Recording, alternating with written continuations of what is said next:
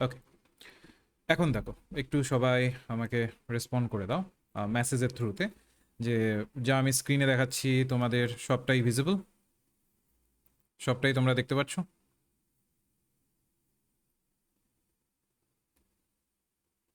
বেশ, সবটাই দেখা যাচ্ছে তাই তো? ওকে, ঠিক আছে। তো আমাদের আজকের ক্লাসের বিষয় হচ্ছে স্টেপস অফ রিসার্চ। রিসার্চের যে ধরনের স্টেপসগুলো আছে, রিসার্চ যখন আমরা করব, যে ধরনের স্টেপগুলোকে কেন্দ্র করে আমাদের রিসার্চটাকে করতে হবে। এবার এখান থেকে দেখবে ডিফারেন্ট ডিফারেন্ট কোশ্চেন আসে, আমি কোশ্চেনের প্যাটার্নেও ঢুকবো আজকে। তার আগে বলে রাখি, যারা একদমই ফ্রেশ, যারা একদমই ফ্রেশভাবে প্রিপারেশন শুরু করছো, কারণ তোমরা সবাই জানো ডিসেম্বরে নেট এবং সেট দুটোই আছে, এবং সেই জায়গাতে দেখবে আমাদের পেপার ওয়ান শুধুমাত্র অঙ্ক করলে হয় না। পেপার ওয়ান শুধুমাত্র তোমার অঙ্ক জানলে, ধরে নিচ্ছি অনেকের একটা ভুল ধারণা থাকে যে শুধু আমি অঙ্ক পারছি না বলে আমার ওর জন্য পেপার ওয়ানটা ঠিকঠাকভাবে কোয়ালিফাই হচ্ছে না। মাথায় রাখবে, আমাদের শুধু কয়েকটা পার্ট শুধু ম্যাথের সেকশন রয়েছে, বেশিরভাগটাই কনসেপচুয়াল। তোমরা যে কোনো, যারা কিনা তোমাদের পরিচিত তাদের কাছেও জিজ্ঞেস করবে, এবং অবশ্যই ভালোভাবে তোমরা তোমাদের যে রুটিনটা আছে, মানে সিলেবাসটা আছে, যেই অনুসারে তোমরা পড়াশোনার রুটিনটা করেছো, ওটাতে যদি তুমি একটু দেখো, সিলেবাসটাকেও যদি একটু দেখো, তাহলেই বুঝতে পারবে যে কোন ধরনের পোর্শনগুলো বেশি আছে। কনসেপচুয়াল জায়গা বেশি থাকে আমাদের। কনসেপ্টটাকে যদি আমরা ঠিকঠাক না করতে পারি, কখনোই আমাদের পেপার ওয়ান ক্লিয়ার হওয়া সম্ভব নয়। ঠিক আছে, কনসেপ্টকে ভালোভাবে গুরুত্ব দিতে হবে, আর তার থেকেও বড় কথা একটা রুটিনকে প্রায়োরিটি দিতে হবে। একটা রুটিন করবে, রুটিন অনুযায়ী। যেমন ধরে নাও, এই যে ব্যাচেসগুলো আমরা যেগুলো করি, একটা রুটিন অনুসারে কিন্তু তোমাদেরকে পড়াই। সেরকমভাবে তোমরা বাড়িতেও চেষ্টা করবে ওই রুটিনগুলোকে ফলো করে করে সেগুলোকে পড়ানোর। রিসার্চের মধ্যে আজকের যে অংশটাকে নিয়েছি, steps of research. Research aptitude বলে আরেকটি পোর্শন আছে। সাধারণত তোমরা সবাই জানো আমাদের টোটাল পেপার ওয়ানে 10খানা চ্যাপ্টার আছে, ঠিক আছে? তার মধ্যে আমাদের টোটাল 7খানা এমন চ্যাপ্টার আছে যেখান থেকে আমরা নম্বর ভালো করে তুলে আনতে পারি, ঠিক আছে? একটা হচ্ছে টিচিং অ্যাপটিটিউড, যেটাতে কিনা আমাদের মোটামুটি যদি পড়াশুনো করি ভালোভাবে নম্বর তুলে আনতে পারবো। একটা থেকে রিসার্চ অ্যাপটিটিউড, ঠিক আছে, যেখান থেকে আমরা মোটামুটিভাবে, এখানে বলে 5টা কোশ্চেন কিন্তু আসে কিন্তু 6 থেকে 7টা কোশ্চেন এখান থেকে। টিচিং অ্যাপটিটিউড থেকেও তাই। একটা থেকে কমিউনিকেশন, ঠিক আছে, একটা থেকে কমিউনিকেশন, এখান থেকেও আমরা কিন্তু ভালো নম্বর তুলে আনতে পারি, শুধু যদি কনসেপ্টগুলো ক্লিয়ার রাখতে হয়, যদি কনসেপ্টগুলোকে ভালোভাবে ক্লিয়ার রাখতে পারি। কারণ কনসেপচুয়াল কোশ্চেন আসে, আবারও বলছি, ধারণাগত প্রশ্ন এখান থেকে তোমরা বেশি পাবে। ধারণাকে কেন্দ্র করে যে ধরনের প্রশ্নগুলো হয় এখান থেকে বেশি পাবে, তো কনসেপচুয়াল প্রশ্ন এখানে প্রচুর আসে। একটা থাকে আইসিটি, একটা থাকে কি আইসিটি, এটাকে একদম মুখস্থ করতে হয়। এই আইসিটি যে চ্যাপ্টারটি আছে এটাকে একদম মুখস্থ করতে হয়। এটাই একমাত্র চ্যাপ্টার যেখান থেকে আমরা হুবহু কমন পাই। কিছু প্যাটার্ন আছে, নর্মালি যে ধরনের পরীক্ষা থাকে ওখানে যে ধরনের আইসিটির কোশ্চেন আসে, আর আমাদের নেটের যে ধরনের আইসিটি প্রশ্ন আসে, দুটোর মধ্যে কিন্তু ফারাক রয়েছে। তোমরা আমার যে ইউটিউব ক্লাসেসগুলো আছে ওগুলোর মধ্যে আশা করি বিষয়গুলোকে প্রতিনিয়ত দেখেছো। আইসিটি একটা থাকে, একটা থাকে higher education, higher education system. এই হায়ার এডুকেশন থেকে রীতিমতো কমন ফেলা যায়, রীতিমতো কমন ফেলানো যায়। এখানে এখানে একটি চ্যাপ্টার আছে এনশিয়েন্ট সময়কালে, দেখবে একটা ওই চ্যাপ্টার থেকে এক বছর এক ধরনের কোশ্চেন করে, পরের বছর আরেক ধরনের কোশ্চেন করে, কিন্তু প্যাটার্নটাকে যদি লক্ষ্য করি আমরা, তাহলে সহজেই এখান থেকে কিন্তু কমন ফেলানো যায়। ইভিএস আরেকটি আছে, ইভিএস অ্যাকচুয়ালি ডিরেক্টলি আমরা ইভিএস বলি, কিন্তু বেসিক্যালি এটা যদি আমরা অন্যান্য পরীক্ষার ইভিএস এর সাথে এটাকে তুলনা করতে বসি তাহলে কিন্তু ভুল করব। কারণ এখানে আমাদের যে ধরনের প্রশ্নগুলো আসে অন্যান্য পরীক্ষার প্রেক্ষিতে একটু আলাদা, একটু আলাদা। নেট সেট ওর জন্যই সবাই বলে নেট সেটের প্রেক্ষিতে পেপার ওয়ানটা একটা গেম চেঞ্জিং পার্ট বা গেম চেঞ্জিং হিসাবে এটা কাজ করে। ওকে, তাহলে আমি কতগুলো বললাম। আরেকটি থাকে লজিক্যাল রিজনিং,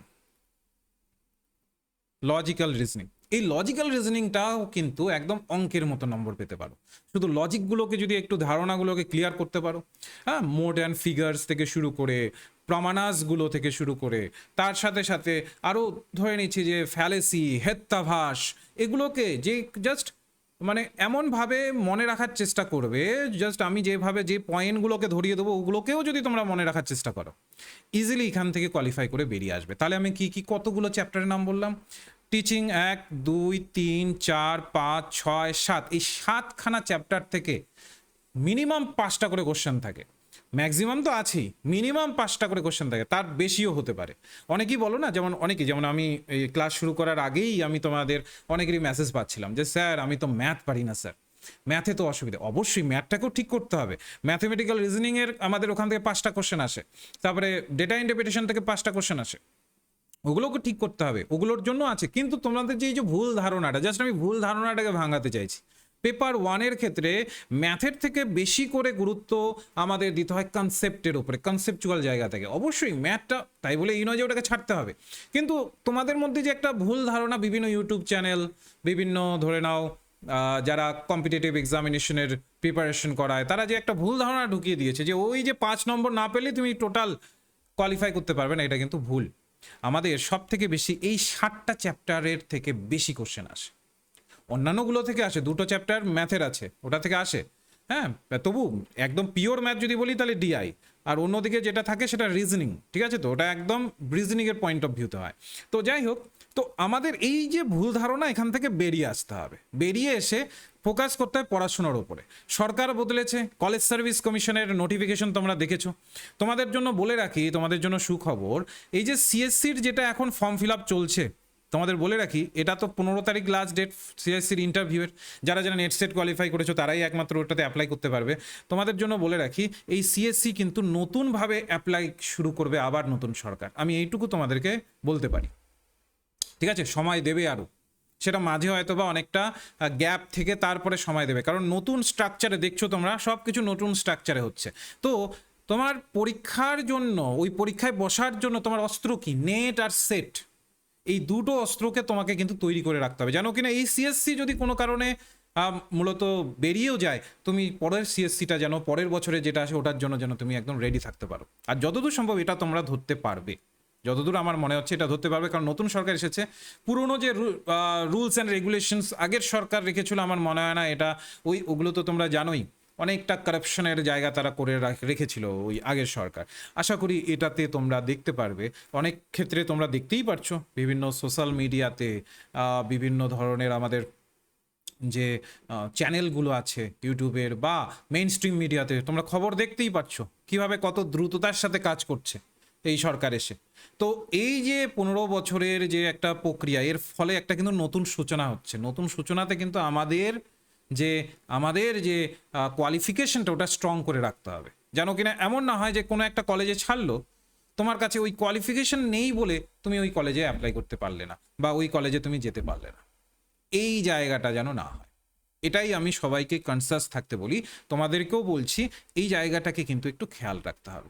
তো যাই হোক, আমি যেটা তোমাদের বোঝাচ্ছিলাম, যে তোমাদের যে একটা ভুল ধারণা আছে যে এই 10টা চ্যাপ্টারের মধ্যে আমি যদি ম্যাথটাই যদি না পারি তাহলে আমার আর কোয়ালিফাই করা হবে না। থাকে অনেকের যে স্যার আমি ম্যাথে উইক, স্যার আমি ছোটোবেলা থেকে ম্যাথে উইক, আমি তাহলে এটাতে কিভাবে করব? আমি বলছি পড়াশোনাটা শুধু শুরু করো, এই যে 60টে চ্যাপ্টার, এটার প্রত্যেকটা কোনা কোনা পড়ে নাও, যেন কিনা কোনোভাবেই এখান থেকে কোশ্চেন মিস না হয়। আর এইটুকু আমি বলতে পারি, আমি যখন পড়াবো তোমাদের প্রত্যেকটা অংশ কনসেপ্টকে ক্লিয়ার করে দেবো। এখানে কখনো আমাদের কিছু কিছু চ্যাপ্টার ছাড়া সবগুলো কিন্তু কনসেপ্টুয়াল, হুবাহু কমন আসে না, মানে হুবাহু একদম যেমনটা বই আছে অমনটাই লাইন বাই লাইন তোমাকে তুলে দেবে এমন নয়, কনসেপ্টকে ক্লিয়ার করতে হয়। যেমন তার মধ্যে একটা আজকে পড়াবো আমি, রিসার্চ অ্যাপটিটিউড, যেটার কনসেপ্টটাই কিন্তু মূল কথা। এবং সেই রিসার্চ অ্যাপটিটিউডের একটা বড় অংশ হচ্ছে স্টেপস অফ রিসার্চ। এই স্টেপস অফ রিসার্চে আমি আজকে ঢুকে যাচ্ছি। এবার স্টেপস অফ রিসার্চ শব্দটা শুনলেই আমাদের মনে হয় যে আচ্ছা, তার মানে কি জাস্ট ওই কয়েকটা স্টেপ থাকবে, পর্যায়ে থাকবে, কোনটার পরে কোনটা করব, এটাই তার মানে রিসার্চ। বিষয়টা একটু ভালোভাবে লক্ষ্য করো, এটা কিন্তু আমাদের একটা অ্যাপ্রোচ, এটা কিন্তু অ্যাপ্রোচ মানে পদ্ধতি। স্টেপ হচ্ছে একটা পদ্ধতি। যেমন আমরা যখন ধরে নাও, এই যে আমরা পরীক্ষা দিয়েছি, বোর্ড এক্সাম দিয়েছি, হায়ার সেকেন্ডারি দিয়েছি, আচ্ছা আমরা কি ক্লাস 5 থেকে দ্রুততার সাথে একদম ক্লাস 10-এ একদম উঠে গেছি? আমরা ক্লাস 5 থেকে দ্রুততার সাথে ক্লাস 10-এ উঠে গেছি? কি মনে হয়? না, আমরা 5 পাস করেছি, তারপর 6, 7, 8, 9, মানে মোস্ট অফ দ্য স্টুডেন্ট যারা একদম গিফটেড চাইল্ড, তারা হয়তো বা কিছুটা পরিবর্তন হতে পারে, তারা ক্লাস জাম্প করতে পারে কিছুটা, তবু ম্যাসিভ পরিমাণে হবে না যে 5 থেকে তাকে 10-এ জাম্প করিয়ে দেওয়া হবে, তাই না? একটা প্যাটার্ন আছে, 5-এ কিছু শিখে তারপরে 6-এ তোমাকে যেতে হয়, 6-এরটাতে কিছু শিখে তারপরে 7, তারপরে 8, তারপরে 9, তারপরে গিয়ে তুমি ফার্স্ট বোর্ড এক্সাম দাও। তোমাদের লাইফে। তো এটা হচ্ছে একটা নির্দিষ্ট স্টেপ, তোমার পড়াশোনার একটা ধারাবাহিকতা। রিসার্চের ক্ষেত্রেও ধারাবাহিকতাকে মেনটেন করতে হয়, একটা প্যাটার্নকে মেনটেন করতে হয়, যার জন্যই রিসার্চকে আমরা বলি থেকে একটা স্ট্রাকচার্ড অ্যাপ্রোচ, একটা স্ট্রাকচারিটিকে ফলো করে। তার জন্যই রিসার্চকে বলা হয় যে রিসার্চ হচ্ছে একটা স্ট্রাকচার্ড অ্যাপ্রোচ। ঠিক কি বললাম তাহলে? একটা স্ট্রাকচার্ড অ্যাপ্রোচ। পরীক্ষা যদি আসে যে রিসার্চকে কি আমরা স্ট্রাকচার্ড অ্যাপ্রোচ বলতে পারি, নিচে ধরে নাও ট্রু ফলসের ভিত্তিতে বা 4টে অপশন দিয়ে যে কোনটা সঠিক কোনটা নয়, এইভাবে ওই যে অ্যাজারশন রিজন দেয়, যে পরীক্ষাতে দেখবে অ্যাজারশন রিজন দেয়, ওইভাবে কোশ্চেন করলো, তাহলে বুঝতে পারবো আমরা। এবার দেখো, it may be qualitative and quantitative and depend upon academic discipline. বলেছে এই রিসার্চটা কোয়ালিটেটিভও হতে পারে আবার কোয়ান্টিটেটিভও হতে পারে। কোয়ালিটেটিভ বলতে কি বুঝি আমরা যেখানে গুণগত জায়গাগুলোকে ধরা হবে, ওটা হচ্ছে কোয়ালিটেটিভ। কোয়ান্টিটেটিভ কি?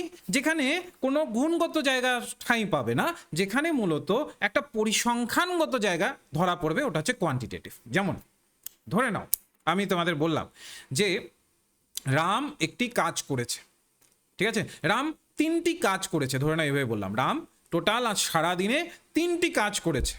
এই 3টি কাজ করেছে, তার মানে কি কাজগুলোকে আমি কটা করেছে এই ভিত্তিতে ধরার চেষ্টা করছি। তার মানে কি এটা হয়ে যাচ্ছে, এই যে 3টি কাজ করেছে এটা হয়ে যাচ্ছে মূলত কোয়ান্টিটেটিভ অ্যাপ্রোচে ধরলাম, মানে পরিসংখ্যানগত দিক থেকে ধরলাম বা স্ট্যাটিস্টিক্যালি ধরলাম। ঠিক। আর যদি আমি বলি যে না, রাম যেই কাজটা করেছে একদম ভালো করে করেছে, সময় একটু বেশি নিয়েছে কিন্তু রাম কাজটা খুব ভালোভাবে করেছে, তাহলে কি ওটা? ওখানে কি আমি পরিসংখ্যানের দিকে গুরুত্ব দিলাম? না, পরিসংখ্যানের দিকে গুরুত্ব দিলাম না। তাহলে কোনটার দিকে গুরুত্ব দিলাম? কি মনে হবে বলো? কোনটার দিকে তাহলে গুরুত্ব দিলাম? আমি পরিসংখ্যানের দিকে দিলাম না, কিন্তু ওখানে তাহলে কোনটার দিকে গুরুত্ব দিলাম? আমি এখানে গুণগত জায়গাটার উপরে গুরুত্ব দিলাম, যে রাম কতটা ভালোভাবে কাজটা করেছে। ওর জন্য রিসার্চেও আমাদের তাই, আমরা এটাকে একটা সংখ্যার নিরিখে দেখতে পারি, যে কতটা কাজ আমি কত দিনের মধ্যে করলাম এটা দেখতে পারি, নতুবা আমরা এটাকে একটা গুণগত পর্যায়ে দেখতে পারি, যে কতটা বেটার ম্যানারে আমরা এটাকে করতে পেরেছি বা রিসার্চার করেছে। এই জন্য বলা হয় এটা কোয়ালিটেটিভও হতে পারে, কোয়ান্টিটেটিভও হতে পারে। কোয়ালিটেটিভ অ্যাপ্রোচটা আমরা তখনই ফলো করব যখন কিনা আমরা রিসার্চের গভীর কোনো তথ্যকে বাইরে বের করে নিয়ে আসার চেষ্টা করব। আমি কিন্তু হ্যাঁ ক্লাসে মাঝে মধ্যে জিজ্ঞেস করি, এবং সবার কাছে রিকোয়েস্ট থাকবে তোমরা সে আমার যে জিজ্ঞাস্য থাকবে সেটার একটু অ্যান্সার দেবে, ঠিক আছে? কারণটা হচ্ছে আমি যেটা মনে করি সেটা হচ্ছে, ধরে নাও যদি ঠিকঠাকভাবে তোমরা যদি উত্তর না দাও তাহলে ক্লাসটা অপূর্ণ থেকে যায়, তাই না?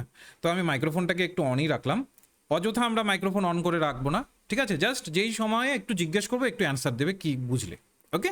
তাহলে কি হবে, ক্লাসটা তোমাদেরও ইন্টারেস্টিং লাগবে। আমি এমনি নর্মাল ক্লাসেও তাই করি, এনগেজ করার চেষ্টা করি স্টুডেন্টদের, তোমাদেরও ইন্টারেস্টিং লাগবে, কোনো জায়গায় বুঝতে না পারলে সেটাও বুঝতে পারবে, ঠিক আছে? তো এই জায়গাটা আমরা মাথায় রাখি, ওকে? এরপরে হচ্ছে যে এই যে স্টেপস অফ রিসার্চ, এটা হচ্ছে লজিক্যাল একটা সিকোয়েন্স, যেখানে কিনা আমরা স্টেপসগুলোকে একটার পর একটা ধরার চেষ্টা করি, যে কোনটার পরে কোনটা করব, কোনটার পরে কোনটা আসবে, এই জায়গাটা কিন্তু এখানে নির্ভর করে। It is unbiased and objective. বলছে এই যে স্টেপসগুলোকে ফলো করে যে আমরা চলবো, এটা কোনোভাবেই যেন বায়াসনেসকে ফলো না করে, আনবায়াস থাকে। বায়াস মানে কি কারো ধারণা আছে? কেউ মাইক্রোফোন অন করে বলতে পারো আমাকে, কারো ধারণা আছে বায়াসনেস বলতে কি বোঝায়? বায়াসনেস বলতে কি বোঝায়, কারো ধারণা আছে? মানে কি পক্ষপাতিত্বতা, তাই না? অনেক সময় অনেক রিসার্চার কি করে ফেলেন, পক্ষপাত করে ফেলেন, ঠিকঠাকভাবে রিসার্চটাকে স্ট্যান্ডার্ড ওয়েতে ধরতে পারেন না, পক্ষপাত করে ফেলেন। তো কোনো প্রকার যেন আমরা পক্ষপাতের জায়গাতে না পৌঁছে যাই, সেটার উপরেও কিন্তু রিসার্চে দেখা হয়। এবার steps in formulation of research problem. এবার দেখো একটি টার্ম তোমরা পেলে, যেটা বলা হচ্ছে রিসার্চ প্রবলেম। এবার অনেকেরই মনে ধারণা হবে যে স্যার রিসার্চ প্রবলেম কেন বলা হয় স্যার? আপনি তো রিসার্চ অ্যাপটিটিউড পড়াচ্ছেন, তো এখানে কেন বলছে যে রিসার্চ প্রবলেমকে মানে রিসার্চ প্রবলেমগুলোকে ফর্মুলেট করার উপরে প্রথম স্টেপকে গুরুত্ব দিতে হবে? দেখো, যখন আমরা রিসার্চ করতে আসি, যে কোনো প্রকার রিসার্চ অনুসন্ধান করছি, নতুন কিছু সন্ধান করছি, রিসার্চ মানে কি? রিসার্চ। রিসার্চের অর্থ কি? সার্চ। রি মানে কি বলতো? রি মানে কি? কে বলতে পারবে? রি মানে কি? পুনরায়। পুনরায় পুনরায়। মানে এগেন, একদম মানে পুনরায় অনুসন্ধান করা। একদম পুনরায়। আর সার্চ মানে কি? সার্চ মানে কি? অনুসন্ধান, তাই তো? একদম। সার্চ মানে অনুসন্ধান। এবার দেখো এই তার মানে এই যে অনুসন্ধান, এই যে আমরা যে সার্চ করব, এই যে অনুসন্ধান, তার মানে রিসার্চ মানে হচ্ছে পুনরায় অনুসন্ধান। এবার তোমাদের মানে আরেকটা প্রশ্ন আসবে যে স্যার পুনরায় কেন আসলো স্যার, এটা পুনরায় কেন বলা হয়, স্যার কেন তার মানে কি আগে কিছু হয়ে গেছে, তার মানে আগে কিছু হয়ে যাওয়ার সম্ভাবনা রয়েছে যার ভিত্তিতে আমরা বলছি এটা পুনরায় হবে। দেখো মাথায় রাখবে, একজন রিসার্চার যখন কোনো একটা রিসার্চ করেন, ধরে নিচ্ছি আমি একটা কোনো বিষয় নিয়ে করেছি, আমি ধরে নিচ্ছি একটা সোজা সাপটা উদাহরণ দিচ্ছি, গ্লোবাল ওয়ার্মিং নিয়ে আমি রিসার্চ করেছি, ঠিক আছে, আমি গ্লোবাল ওয়ার্মিং নিয়ে রিসার্চ করেছি, ভালোভাবে বোঝো, একদম বেসিক থেকে বোঝো, আমি গ্লোবাল ওয়ার্মিং নিয়ে রিসার্চ করেছি। এবার ধরে নাও আমি যেটা 2011 সালের দিকে ধরে নাও গ্লোবাল ওয়ার্মিং নিয়ে রিসার্চ করেছি, এবার 2026 সালে এসে তুমি সেম গ্লোবাল ওয়ার্মিং নিয়ে আমি যেই টপিকটা নিয়ে করেছি তুমি আবার সেই টপিকটা নিয়েই করতে চাইছো, তাহলে কি তুমি ভুল করছো? যে আমি অলরেডি যেহেতু করেছি তার জন্য তারপরে তুমি আবার ওই রিসার্চটাই করছো, তাহলে কি ভুল করছো? না, তুমি একদমই ভুল করছো না, একদম সঠিক পথে হাঁটছো। রিসার্চের ক্ষেত্রে আমরা রিসার্চ এর জন্য বলি পুনরায় অনুসন্ধান, মানে বলি যে একজন রিসার্চার যখন কোনো একটা রিসার্চ করেন তার মানে এই নয় তিনি একটা বেদ বাক্যকে সেট করে গেলেন, বেদ বাক্য কি যেটা পরিবর্তন হয় না, তাই না? রিসার্চ কিন্তু সময়ের প্রেক্ষিতে আমরা দেখতে পারি যে ওখানে কিছু নতুন কিছু আবার উঠে আসলো কিনা, নতুন কিছু তথ্য আমি পাবো কিনা, ওর জন্য অলরেডি যা রিসার্চ হয়ে গেছে সেটাকে আবার অনুসন্ধান করে আমরা দেখার চেষ্টা করি সেখান থেকে নতুন কিছু পাওয়া যাচ্ছে কিনা, নতুন কিছু তথ্য পাওয়া যাচ্ছে কিনা। এর জন্যই বলা হয় রিসার্চকে রিসার্চ, পুনরায় অনুসন্ধান, পুনরায় অনুসন্ধান। যত দিন পর্যন্ত পৃথিবী এক্সিস্ট করবে, আমাদের রিসার্চ কমিউনিটি এক্সিস্ট করবে, ততদিন এটা পুনরায় অনুসন্ধান চলতেই থাকবে। এবার আসি রিসার্চ প্রবলেম কেন বলে। দেখো একটা রিসার্চ যখন আমি করব তাহলে সেটা পার্টিকুলারলি কোনো না কোনো একটা প্রবলেম দেখা দিয়েছে বলেই আমি ওই রিসার্চটাকে করছি। আচ্ছা এখানে একটু ক্লিয়ার করে রাখি, হ্যাঁ, অনেকে হয়তো ভাবছো যে স্যার তার মানে কি আপনি যে ক্লাস করাবেন সব কি ইংলিশেই থাকবে, ইংলিশেই নোট দেবেন, আমরা বাংলা মিডিয়ামের যারা আছি তারা বাংলাতে পড়তে পারবো না? দেখো আবারও বলছি, সম্পূর্ণ যা যা তোমরা যখন পরবর্তীকালে অ্যাডমিশন নেবে যা যা নোট দেবো এইভাবে সাজানো গোছানোভাবে থাকবে, ঠিক আছে? প্রত্যেকটা স্টেপ এভাবে অ্যারো দিয়ে দিয়ে দিয়ে দিয়ে আমি একদম দেখিয়ে দেবো যেন কিনা মাথায় তোমাদের একদম ছেপে যায়, ঠিক আছে? এটা নতুন ব্যাচ শুরু হচ্ছে নতুনভাবে, পুরনো যারা ক্লাস করেছো, পুরনো ব্যাচে যারা ছিলে তারাও দেখেছো এই ধরনের বিষয়গুলোকে তখনও কিন্তু এতটা অ্যাডভান্সভাবে আমরা ইনক্লুড করিনি, এখন কিন্তু করছি, ঠিক আছে? একদম ফ্রেশভাবে সমস্ত কিছু পড়াচ্ছি। তো এখানে আমরা এক বাংলা এবং ইংলিশ দু ভাষাতেই তোমাদেরকে প্রোভাইড করব, নোটস বাংলা ইংলিশ দু ভাষাতেই থাকবে। যখন পড়াবো এইভাবে ছকের আকারে প্রত্যেকটা বিষয়কে তোমাদেরকে ধরিয়ে দেবো যে কোনটার ক্ষেত্রে কোনটা তোমাদের ভালোভাবে বুঝতে হবে। ওকে, তো কেউ যদি ভেবে থাকো যে স্যার এটা কি শুধু ইংলিশেই হবে, বাংলায় কি আপনি দেবেন না নোট, বাংলা ইংলিশ দু ভাষাতেই থাকবে। ইভেন আমি তোমাদের যে কোশ্চেন ব্যাংক দেবো, যেখানে কোশ্চেন অ্যানালাইসিস করা থাকবে, কোশ্চেন আলোচনা করা থাকবে, সেই কোশ্চেন ব্যাংকও বাংলা ইংলিশ দু ভাষাতেই থাকবে। কোনো জায়গায় কিন্তু কোশ্চেন ব্যাংক তো আমাদের বাংলা ইংলিশে থাকে না, আমাদের এখানে কিন্তু থাকে, ঠিক আছে? এত কোশ্চেন ধরে নাও আমি পার চ্যাপ্টার থেকে 200 থেকে 300 কোশ্চেন সলভ করাই, তো পার চ্যাপ্টারের সমস্ত কিছু কিন্তু বাংলা ইংলিশ দু ভাষাতেই থাকবে, যেন কিনা বুঝতে সুবিধে হয় তোমাদের। বাঙালি তোমরা সবাই, তো বাংলায় পড়লে সেটা বুঝতে সুবিধা, তার সাথে পাশাপাশি যদি ইংলিশটা থাকে তাহলে তো সোনায় সোহাগা। তো এই জায়গাটাই কিন্তু আমরা ফলো করার চেষ্টা করি। ওকে, তো যাই হোক, যেটা তোমাদের বোঝানোর চেষ্টা করছি আমি, যে রিসার্চ প্রবলেম কেন বলি। একটা রিসার্চ করছি, নিশ্চয়ই রিসার্চের সমস্ত কিছু সেট রয়েছে, সমস্ত কিছু জায়গা ধরা আছে, তার নিরিখে নিশ্চয়ই করব না। যেগুলো অধরা রয়েছে, যেগুলো হয়তো বা ধরা হয়নি এই পর্যন্ত, বা যেগুলোর সন্ধান আমরা সদ্য পেয়েছি বা সদ্য পাবো, যেগুলো সম্ভাবনা আছে, একটা প্রবলেম দেখা দিচ্ছে, তারপরেই তো আমরা রিসার্চটা করব। প্রবলেম না থাকলে কিন্তু কখনো রিসার্চ করা হয় না, মাথায় রাখবে। যদি প্রবলেম না থাকে কোনো, তাহলে কখনোই সেটা রিসার্চের অ্যাপ্লিকেবল হয় না, বা আমরা সেক্ষেত্রে কিন্তু রিসার্চ করি না। রিসার্চ কখন করব? যখন কিনা প্রবলেম থাকবে, প্রবলেমটাকে সলভ করবার জন্যই আমরা রিসার্চ করি। এর জন্যই বলা হয় যে ফার্স্ট স্টেপ যখন আমরা রিসার্চ করব, ফার্স্ট স্টেপ থাকবে ফর্মুলেশন এ রিসার্চ প্রবলেম। যে রিসার্চ প্রবলেমটা আমি দেখেছি আমার সাবজেক্টে, ডিফারেন্ট সাবজেক্টের আমরা এখানে রয়েছি, তো আমার সাবজেক্টে যেই রিসার্চ প্রবলেমটা আমি দেখেছি সেইটাকে আমি আগে প্রথমে ফর্মুলেট করব, তারপরে পরবর্তী ধাপে এগোবো। এবার এই প্রবলেম ফর্মুলেশনটা হবে কিভাবে, ভালোভাবে লক্ষ্য করো। প্রথমে আমাদের আইডেন্টিফাই করতে হবে ব্রড এরিয়া অফ ইন্টারেস্ট। কি বলছি? প্রথমে আমাদের আইডেন্টিফাই করতে হবে ব্রড এরিয়া অফ ইন্টারেস্ট, অর্থাৎ আমি যে বিষয়টাকে কেন্দ্র করে রিসার্চ করছি সেই বিষয়টার বর্ডার পার্সপেক্টিভে আমাকে দেখতে হবে আগে। ধরে নিচ্ছি, আমি একটা সোজা সাপটা উদাহরণ দিচ্ছি, ধরে নিচ্ছি একজন রিসার্চার আছেন যার সাবজেক্ট হচ্ছে হিস্ট্রি, ঠিক আছে। এবার তিনি মিডিভেল এরিয়া নিয়ে রিসার্চ করবেন, বা বলতে পারো মধ্যযুগ, বাংলা যদি বলি মধ্যযুগ নিয়ে তিনি রিসার্চ করবেন, ঠিক। এবার তিনি মধ্যযুগ নিয়ে কি রিসার্চ করবেন বা মিডিভেল এরিয়ার বা মিডিভেল হিস্ট্রি নিয়ে তিনি রিসার্চ করবেন, তাহলে তিনি জাস্ট মধ্যযুগ নিয়ে রিসার্চ করেন বা মধ্যযুগে ঢুকে যাবেন, তার রিসার্চ কমপ্লিটেড হয়ে যাবে না। আগে তিনি যেটা করতে চাইছেন, যে জায়গাটাকে তিনি ধরতে চাইছেন, ওটাকে আগে আইডেন্টিফাই করতে হবে। অর্থাৎ তিনি ওই মধ্যযুগটাকে ধরতে চাইছেন, তাহলে পুরো মধ্যযুগটাকে আগে ধরতে হবে যে কোনটা মানে বিষয়টা কেন্দ্রীভূত রয়েছে আর কোনটা নেই। ওই মধ্যযুগের বিষয়টা যখন রিসার্চারের জানা হয়ে যাবে যে আচ্ছা এই মধ্যযুগের একটা টপিক আছে যেটা নিয়ে আমি কাজ করব, তারপরে সেই মধ্যযুগটাকে এই যে divided broad area into sub areas, ওই বড় যে মধ্যযুগের যে অংশটা আছে ওটাকে সাব এরিয়াসে তাকে ভাগ ভাগ করে দেখাতে হবে যে তুমি যে বিষয়টা নিয়ে রিসার্চ করছো সেটা কোন পোর্শনে এক্সিস্ট করছে বা কোন পোর্শনে আছে। ধরে নিচ্ছি মধ্যযুগ নিয়ে রিসার্চ করছে, এবার পুরো মধ্যযুগে তো অনেক শাসনকাল, অনেক কিছু আছে। এবার ওটাকে ধরে নাও একজন রিসার্চার ভাগ করলো, আদি মধ্যযুগ, মধ্যযুগ, অন্ত মধ্যযুগ, এইভাবে মধ্যযুগটাকে 3টি ভাগে ভাগ করলো। এবার 3টি ভাগে ভাগ করার পরে এবার তাকে ফোকাস করতে হবে সিলেক্টেড এরিয়া অফ ইন্টারেস্ট, যেই এরিয়াটা তার ইন্টারেস্ট রয়েছে, যেই এরিয়াটা নিয়ে সে রিসার্চ করতে চাইছে, এবার তাকে ওটাকে সিলেক্ট করতে হবে। ওর জন্য বলেছে focusing on and selecting an area of interest, একটা এরিয়াটাকে সিলেক্ট করবে, ঠিক আছে। এবার ধরে নিচ্ছি ওই যে রিসার্চার যিনি আছেন যার অন্ত মধ্যযুগ নিয়ে কাজ করার ইচ্ছে, তাহলে অন্ত মধ্যযুগটাকে সিলেক্ট করে নিল সিলেক্ট। এবার ফাইনালি আসবে identify the gap and rising research question. বলেছে এবার রিসার্চার কি করবেন, গ্যাপটাকে ফাইন্ড আউট করার চেষ্টা করবেন। গ্যাপ কি, ধরে নিচ্ছি ওই যে অন্ত মধ্যযুগটা যে আছে, ওই অন্ত মধ্যযুগে ঠিক কোনগুলো নিয়ে অলরেডি অন্যান্য রিসার্চাররা কাজ করছে এবং কোন জায়গাগুলোকে তারা উল্লেখ করেনি, এই জায়গাটাকে এবার রিসার্চারকে ফাইন্ড আউট করতে হবে। এর জন্য বলা হয় আইডেন্টিফাইং দ্য গ্যাপস। এবার যখন গ্যাপটা ধরে ফেলবে রিসার্চার, যখন গ্যাপটা ধরে ফেলবে, এবার তারপরে গ্যাপ মানে কি, যেই অংশটা নিয়ে রিসার্চ হয়নি, যে অংশটা নিয়ে রিসার্চ হয়নি ওটা নিয়েই তো রিসার্চটা করতে হবে, তাই না।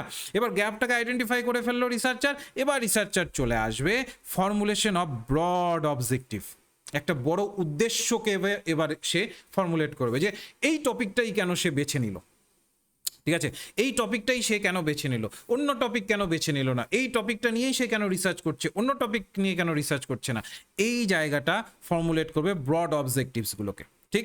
এবার যখন তার একটা ব্রড অবজেক্টিভ যখন নির্ধারণ হয়ে যাবে, বড় উদ্দেশ্যটাকে যখন সে ধরতে পারবে, এবার ফাইনালি আসবে অ্যাসেসিং অ্যান্ড রিভিউইং অবজেক্টিভ। সে যে উদ্দেশ্যগুলো রেখেছে যে আমি এই উদ্দেশ্যে আমার এই রিসার্চটা করব, সেই উদ্দেশ্যগুলোকে সে এবার মূল্যায়ন করবে এবং রিভিউ করে দেখার চেষ্টা করবে যে আচ্ছা যে উদ্দেশ্যগুলো আমি নির্ধারণ করেছি ওগুলো ঠিক তো, এই রিসার্চের জন্য ওটা পারফেক্ট তো, এই যে জায়গাটা এইটাকে সে দেখার চেষ্টা করবে। এবার ভালোভাবে লক্ষ্য করো, এই জায়গাটা দেখার সময় তাকে মূলত 3টে বিষয়ের উপরে ফোকাস করতে হবে। দেখো এই যে অ্যারো দেওয়ার জন্য আমি দেখেছি 4টে বিষয়ের উপরে তাকে ফোকাস করতে হবে। 4টে বিষয়ের উপরে কি, objective behind the researcher choice, ওটাকেই কেন সিলেক্ট করলো রিসার্চার, একটা টপিক আছে ওটাকেই কেন রিসার্চার সিলেক্ট করলো, অন্য টপিকগুলোকে কেন করলো না, এটা সেইটাকে তাকে নির্ধারণ করতে হবে যে কেন আমি এই টপিকটাকে সিলেক্ট করলাম। তারপরে স্পেসিফিক কোশ্চেন, ওই যে রিসার্চটা রয়েছে ওটা থেকে কী ধরনের কোশ্চেন তৈরি হচ্ছে যেগুলোর উত্তর খুঁজে পেতে হবে, সেইটাকে স্পেসিফিক কোশ্চেনটাকে এখানে সে নির্ধারণ করবে। তারপরে একটা কনসেপচুয়াল মডেল বানাবে। এখনও তো সে রিসার্চ করা শুরু করেনি, সমস্ত কিছু তার ধারণার মধ্যে আনতে হবে। এই যে ধারণার মধ্যে নিয়ে আসা, এই ধারণার মধ্যে নিয়ে আসাটাই পরবর্তীকালে কিন্তু রিসার্চটাকে আরও ত্বরান্বিত করবে। এবার ফাইনালি কনস্ট্রাকশন অফ হাইপোথিসিস, যখন সে ধারণার মধ্যে সম্পূর্ণটা পেয়ে যাবে, এবার সে কি করবে, হাইপোথিসিসকে কনস্ট্রাকশন করবে। এবার অনেক স্টুডেন্টেরই মূলত একটা কনফিউশন থাকে যে স্যার হাইপোথিসিস বিষয়টা কি, এটা খায় না মাথায় দেয়। হাইপোথিসিস কি, হাইপোথিসিসকে যদি আমরা এক কথায় ধরার চেষ্টা করি, এক কথায় এটাকে ধরা যায় না, কিন্তু হ্যাঁ এইটুকু আমরা বলতে পারি যে হাইপোথিসিস হচ্ছে একটা বলতে পারো পরিকল্পনা,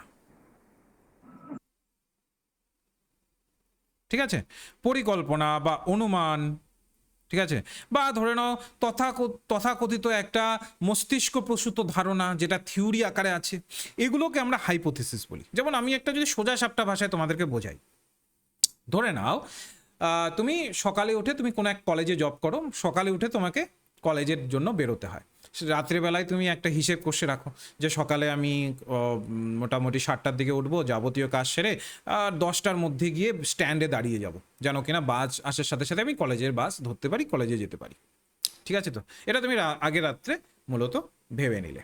এবার পরের দিন সকালে কি হলো, তুমি যথারীতি উঠলে, কিন্তু দেখা গেল যে 7টার দিকে ওঠার কথা ছিল, 7টার দিকে না উঠে তোমার সময় হয়ে গেল 8টা। ফলে যা যা প্ল্যানিং করেছিলে সমস্তটা মূলত একটু এদিক ওদিক হয়ে গেল। বা অন্য দিন এমন হয়ে যাবে যে যেই সময় উঠতে চেয়েছিলে ওই সময় উঠেছিলে এবং যা যা তোমার প্ল্যানিং ছিল সঠিকভাবে সমস্তটাকে তুমি করতে পেরেছো। তো মোট কথা হচ্ছে হাইপোথিসিস মানে পরিকল্পনা। আমাদের রিসার্চের ক্ষেত্রেও তাই, আমরা রিসার্চে যাওয়ার আগে একটা হাইপোথিসিসকে গঠন করি, যেখানে একটা পরিকল্পনা করি যে আচ্ছা আমি রিসার্চে গিয়ে কী কী করবো। রিসার্চে যখন যাব, ধরে নিচ্ছি আমাদের ফিল্ড ওয়ার্ক বেসিস রিসার্চ, তাহলে ফিল্ড ওয়ার্কে গিয়ে আমার কী কী করতে হবে, ফিল্ড ওয়ার্কে কোন বিষয়গুলোর উপরে গুরুত্ব দিতে হবে, এই ধরনের বিষয়গুলো যখন আমাদের আসে এইটাকে বলা হাইপোথিসিস। রিসার্চের আগে এই হাইপোথিসিসটা আমাদের গঠন করে নিয়ে এগোতে হয়। যদি আমরা ঠিকঠাকভাবে এই হাইপোথিসিসটাকে গঠন করে না এগোই তাহলে রিসার্চ কিন্তু কমপ্লিটেড কখনোই হয় না। তাহলে এবার তোমাদের মধ্যে কেউ আমাকে এই রিসার্চের হাইপোথিসিস বলতে কি বোঝায় একটু গুছিয়ে বলতে পারবে? আমি কি বললাম দেখি, কে কতটা শুনেছো? হ্যাঁ স্যার, একটু বলছি। হ্যাঁ বলো। হাইপোথিসিস হচ্ছে গবেষণার অনুমান, যেটা হুম। দুই বা তার ততোধিক চলকের মধ্যেকার যে সম্পর্ক থাকে সেটা সাময়িক পরীক্ষা করার একটা পদ্ধতি। এই হাইপোথিসিসের মাধ্যমে কোন একটা পরীক্ষা কতটা সত্যটা হলো তা আমরা যাচাই করতে পারি। হাইপোথিসিস হচ্ছে দু প্রকার, একটা হচ্ছে নাল হাইপোথিসিস আর অল্টারনেটিভ হাইপোথিসিস। যাই হোক, তুমি তো এটা বইয়ের প্রেক্ষিতে বলছো। দেখো, যেটা আমি কনসেপ্টটাকে সোজাভাবে বোঝানোর চেষ্টা করলাম, দেখো এগুলোকে তোমরা কিন্তু মুখস্থ রাখতে পারবে না। হয়তো বা ভাববে যে স্যার আমি মুখস্থ রাখতে পারবো, কিন্তু পরীক্ষা হলে দেখবে গুলিয়ে যাবে। ওর জন্য সহজভাবে মাথায় ভরে নিতে হবে। ঠিক আছে? তো তুমি যে চলকটা বললে, এই যে চলক শব্দটা ইউজ করলে, বলো তো চলকের ইংরেজি কি বলে? ভেরিয়েবল। ভেরিয়েবল। এবার হাইপোথিসিসের সাথে ভেরিয়েবলের কি সম্পর্ক বলো তো দেখি, কে বলতে পারবে? স্যার, হাইপোথিসিসের সাথে ডিপেন্ডেন্ট আর ইন্ডিপেন্ডেন্ট দুটো ভেরিয়েবল থাকে, তার মধ্যে সে তো যখন থাকে, কোন কিন্তু একটা আমরা সম্পর্কটা কি হাইপোথিসিসের সাথে ভেরিয়েবলের সম্পর্ক কি? সে তো যখন আমরা ভেরিয়েবলকে ভাগ করব, ভেরিয়েবল অনেক ধরনের আছে, শুধু ইন্ডিপেন্ডেন্ট ডিপেন্ডেন্ট নয়, তার সাথে সাথে ডাইকোটোমাস পাবে, পলিকোটোমাস পাবে, ডিসক্রিট ভেরিয়েবল পাবে, নমিনাল ভেরিয়েবল পাবে, অনেক ভেরিয়েবল আছে। শুধু কিছু কিছু বইয়ে শুধু দুটো ভেরিয়েবল দেওয়া থাকে, একটা হচ্ছে ইন্ডিপেন্ডেন্ট ভেরিয়েবল, ডিপেন্ডেন্ট ভেরিয়েবল। ওভাবে পরীক্ষায় পাস করতে পারবে না, কারণ শুধু ডিপেন্ডেন্টের মধ্যে ভেরিয়েবল সীমাবদ্ধ নয় তো। ভেরিয়েবল বড় জিনিস, ওটার মধ্যে একটা বড় একটা জায়গা থাকে আমাদের রিসার্চের, ডাইকোটোমাস ভেরিয়েবল, খুবই ইউজফুল। যাই হোক, ওগুলো পরে আসছে, এগুলো আলাদা বিষয়। মাথায় রাখবে ভেরিয়েবলের সাথে যখন আমরা বলবো হাইপোথিসিসের সম্পর্ক, এই যে আমি যতগুলো ভেরিয়েবলের নাম বললাম প্রত্যেকটিকে কেন্দ্র করে আমরা সিকোয়েন্সিয়ালি কিভাবে সেগুলো আমাদের রিসার্চে অ্যাপ্লাই করব, সেগুলো কিন্তু একটা বা সেই ডেটাগুলোকে আমরা এখানে আগের থেকে পরিকল্পনা করে রাখি। ঠিক আছে? তো যাই হোক, তো আমি ভেরিয়েবলের কনসেপ্টে ঢুকবো তখন ভেরিয়েবলের সাথে হাইপোথিসিসকে মানে মিলিত করে বোঝানোর চেষ্টা করব। কিন্তু এখন যেটা আমরা বোঝার চেষ্টা করি সেটাকে সিম্পলি ধরি। এই যে আমি এই যে এইখান থেকে এই পর্যন্ত যে পড়ালাম, এইটুকু সবার ক্লিয়ার হয়েছে? একটু জানাবে। এইটুকু সবাই বুঝতে পেরেছো আশা করি? ওকে, ঠিক আছে।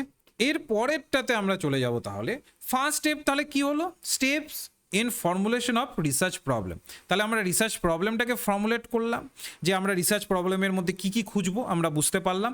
যে ব্রড এরিয়াটাকে আগে সিলেক্ট করব, তারপরে ওটাকে সাব এরিয়াসে ডিভাইড করব, তারপরে ওটাতে এরিয়া অফ ইন্টারেস্টটাকে কাউন্টার করব, তারপরে ওর যে গ্যাপটা আছে সেটাকে খুঁজবো, তারপরে আমরা আমাদের যে উদ্দেশ্য আছে সেটাকে এখানে ধরার চেষ্টা করব, তারপরে ওই উদ্দেশ্যটাকেও আবার মূল্যায়ন করব, রিভিউ করব যে আমাদের উদ্দেশ্য ঠিকঠাক আছে কিনা, সেটাকে এই কয়েকটি পয়েন্টের মাধ্যমে মূল্যায়ন করব। যখন এটা হয়ে যাবে, নেক্সট আসবে হচ্ছে লিটারেচার রিভিউ। নেক্সট কি আসবে? Literature review. লিটারেচার রিভিউটা কি বলছে? Literature review is an integral part of entire research process. এটাকে কেন আমরা ইন্টিগ্রাল পার্ট বলে থাকি লিটারেচার রিভিউকে? কারণটা খুব সিম্পল। লিটারেচার রিভিউ হচ্ছে সেই ধরনের একটা প্রক্রিয়া বা প্রসেস যেখানে যার উপরেই নির্ভর করবে তোমার রিসার্চটা ভালো দিকে এগোচ্ছে নাকি খারাপ দিকে এগোচ্ছে। এবার তোমাদের মনে প্রশ্ন আসবে, স্যার ভালো আর খারাপ এখান কোথা থেকে ঢুকে গেল? একদম, আমরা সাধারণত কি করি লিটারেচার রিভিউয়ে, আমরা সাধারণত কি করি, আমাদের আগে ধরে নিচ্ছি আমি একটা পার্টিকুলার টপিকের ওপরে রিসার্চ করছি, সেটা হচ্ছে গ্লোবাল ওয়ার্মিং, যেহেতু আগেই সেম উদাহরণ দিয়েছিলাম ওটাই ওর জন্য নিলাম। ধরে নাও আমি গ্লোবাল ওয়ার্মিংয়ের উপরে রিসার্চ করছি। এবার গ্লোবাল ওয়ার্মিংয়ের উপরে তো আমি একাই রিসার্চ করছি না, আগেও আমার আগে অনেকে রিসার্চ করেছে। এবার লিটারেচার রিভিউ কি করা হয়, ওই যে আগে যারা করেছে তাদের লিটারেচারটাকে দেখা হয়। প্রত্যেকটা রিসার্চারকে যে বিষয়টা নিয়ে তিনি রিসার্চ করছেন তার আগে যে ব্যক্তিরা মূলত ওই বিষয় নিয়ে আগেও রিসার্চ করেছেন তাদের কাজগুলোকে বা তাদের রিসার্চ বা তাদের থিসিসগুলোকে রিভিউ করতে হয়, দেখতে হয় তারা কোন বিষয়টাকে ধরেছেন, কোন বিষয়টাকে ছেড়েছেন, কোন বিষয়ের উপরে গুরুত্ব দিয়েছেন, কোন বিষয়ের উপরে গুরুত্ব দেননি। কারণ এটার উপরেই নির্ভর করে যে রিসার্চটা পরবর্তীকালে কী ধরনের আকার ধারণ করবে। এবার তোমাদের মানে প্রশ্ন আসবে, স্যার এখানে আকারের কি সম্পর্ক? মাথায় রাখবে, অনেক রিসার্চার পাবে তোমরা বিভিন্ন ইউনিভার্সিটিতে, যারা ইউনিভার্সিটি চত্বরে থাকো তোমরা শুনবে বা বুঝবে যে কিছু কিছু রিসার্চার আছেন যারা পুরনো কোনো একজন রিসার্চারের একটা টপিককে নিয়ে নেন, ওই টপিকটাকে নিয়ে তারপরে ওটাকেই অ্যাজ ইট ইজ বা একটু হেলিয়ে দুলিয়ে বা এদিক ওদিক করে ওই জায়গাটাকেই জাস্ট লিখে জানিয়ে দেন। ঠিক আছে, তো ওই জায়গাটাকে লিখে জানিয়ে দেন। খুব একটা বেশি কিন্তু মূলত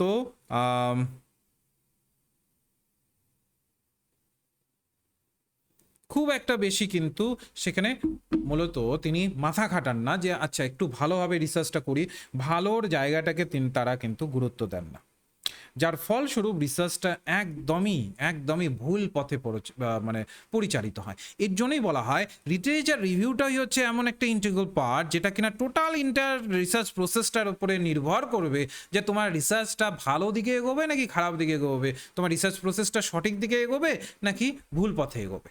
এর জন্যই বলা হয় ইট broaden the knowledge of researcher about the research problem. বলেছে এখানে রিসার্চ প্রবলেম সম্পর্কে যে রিসার্চারের নলেজ, সেই নলেজটাকে অনেক বেশি ত্বরান্বিত করে, অনেক বেশি বাড়িয়ে দেয় লিটারেচার রিভিউ। কেন, কিভাবে?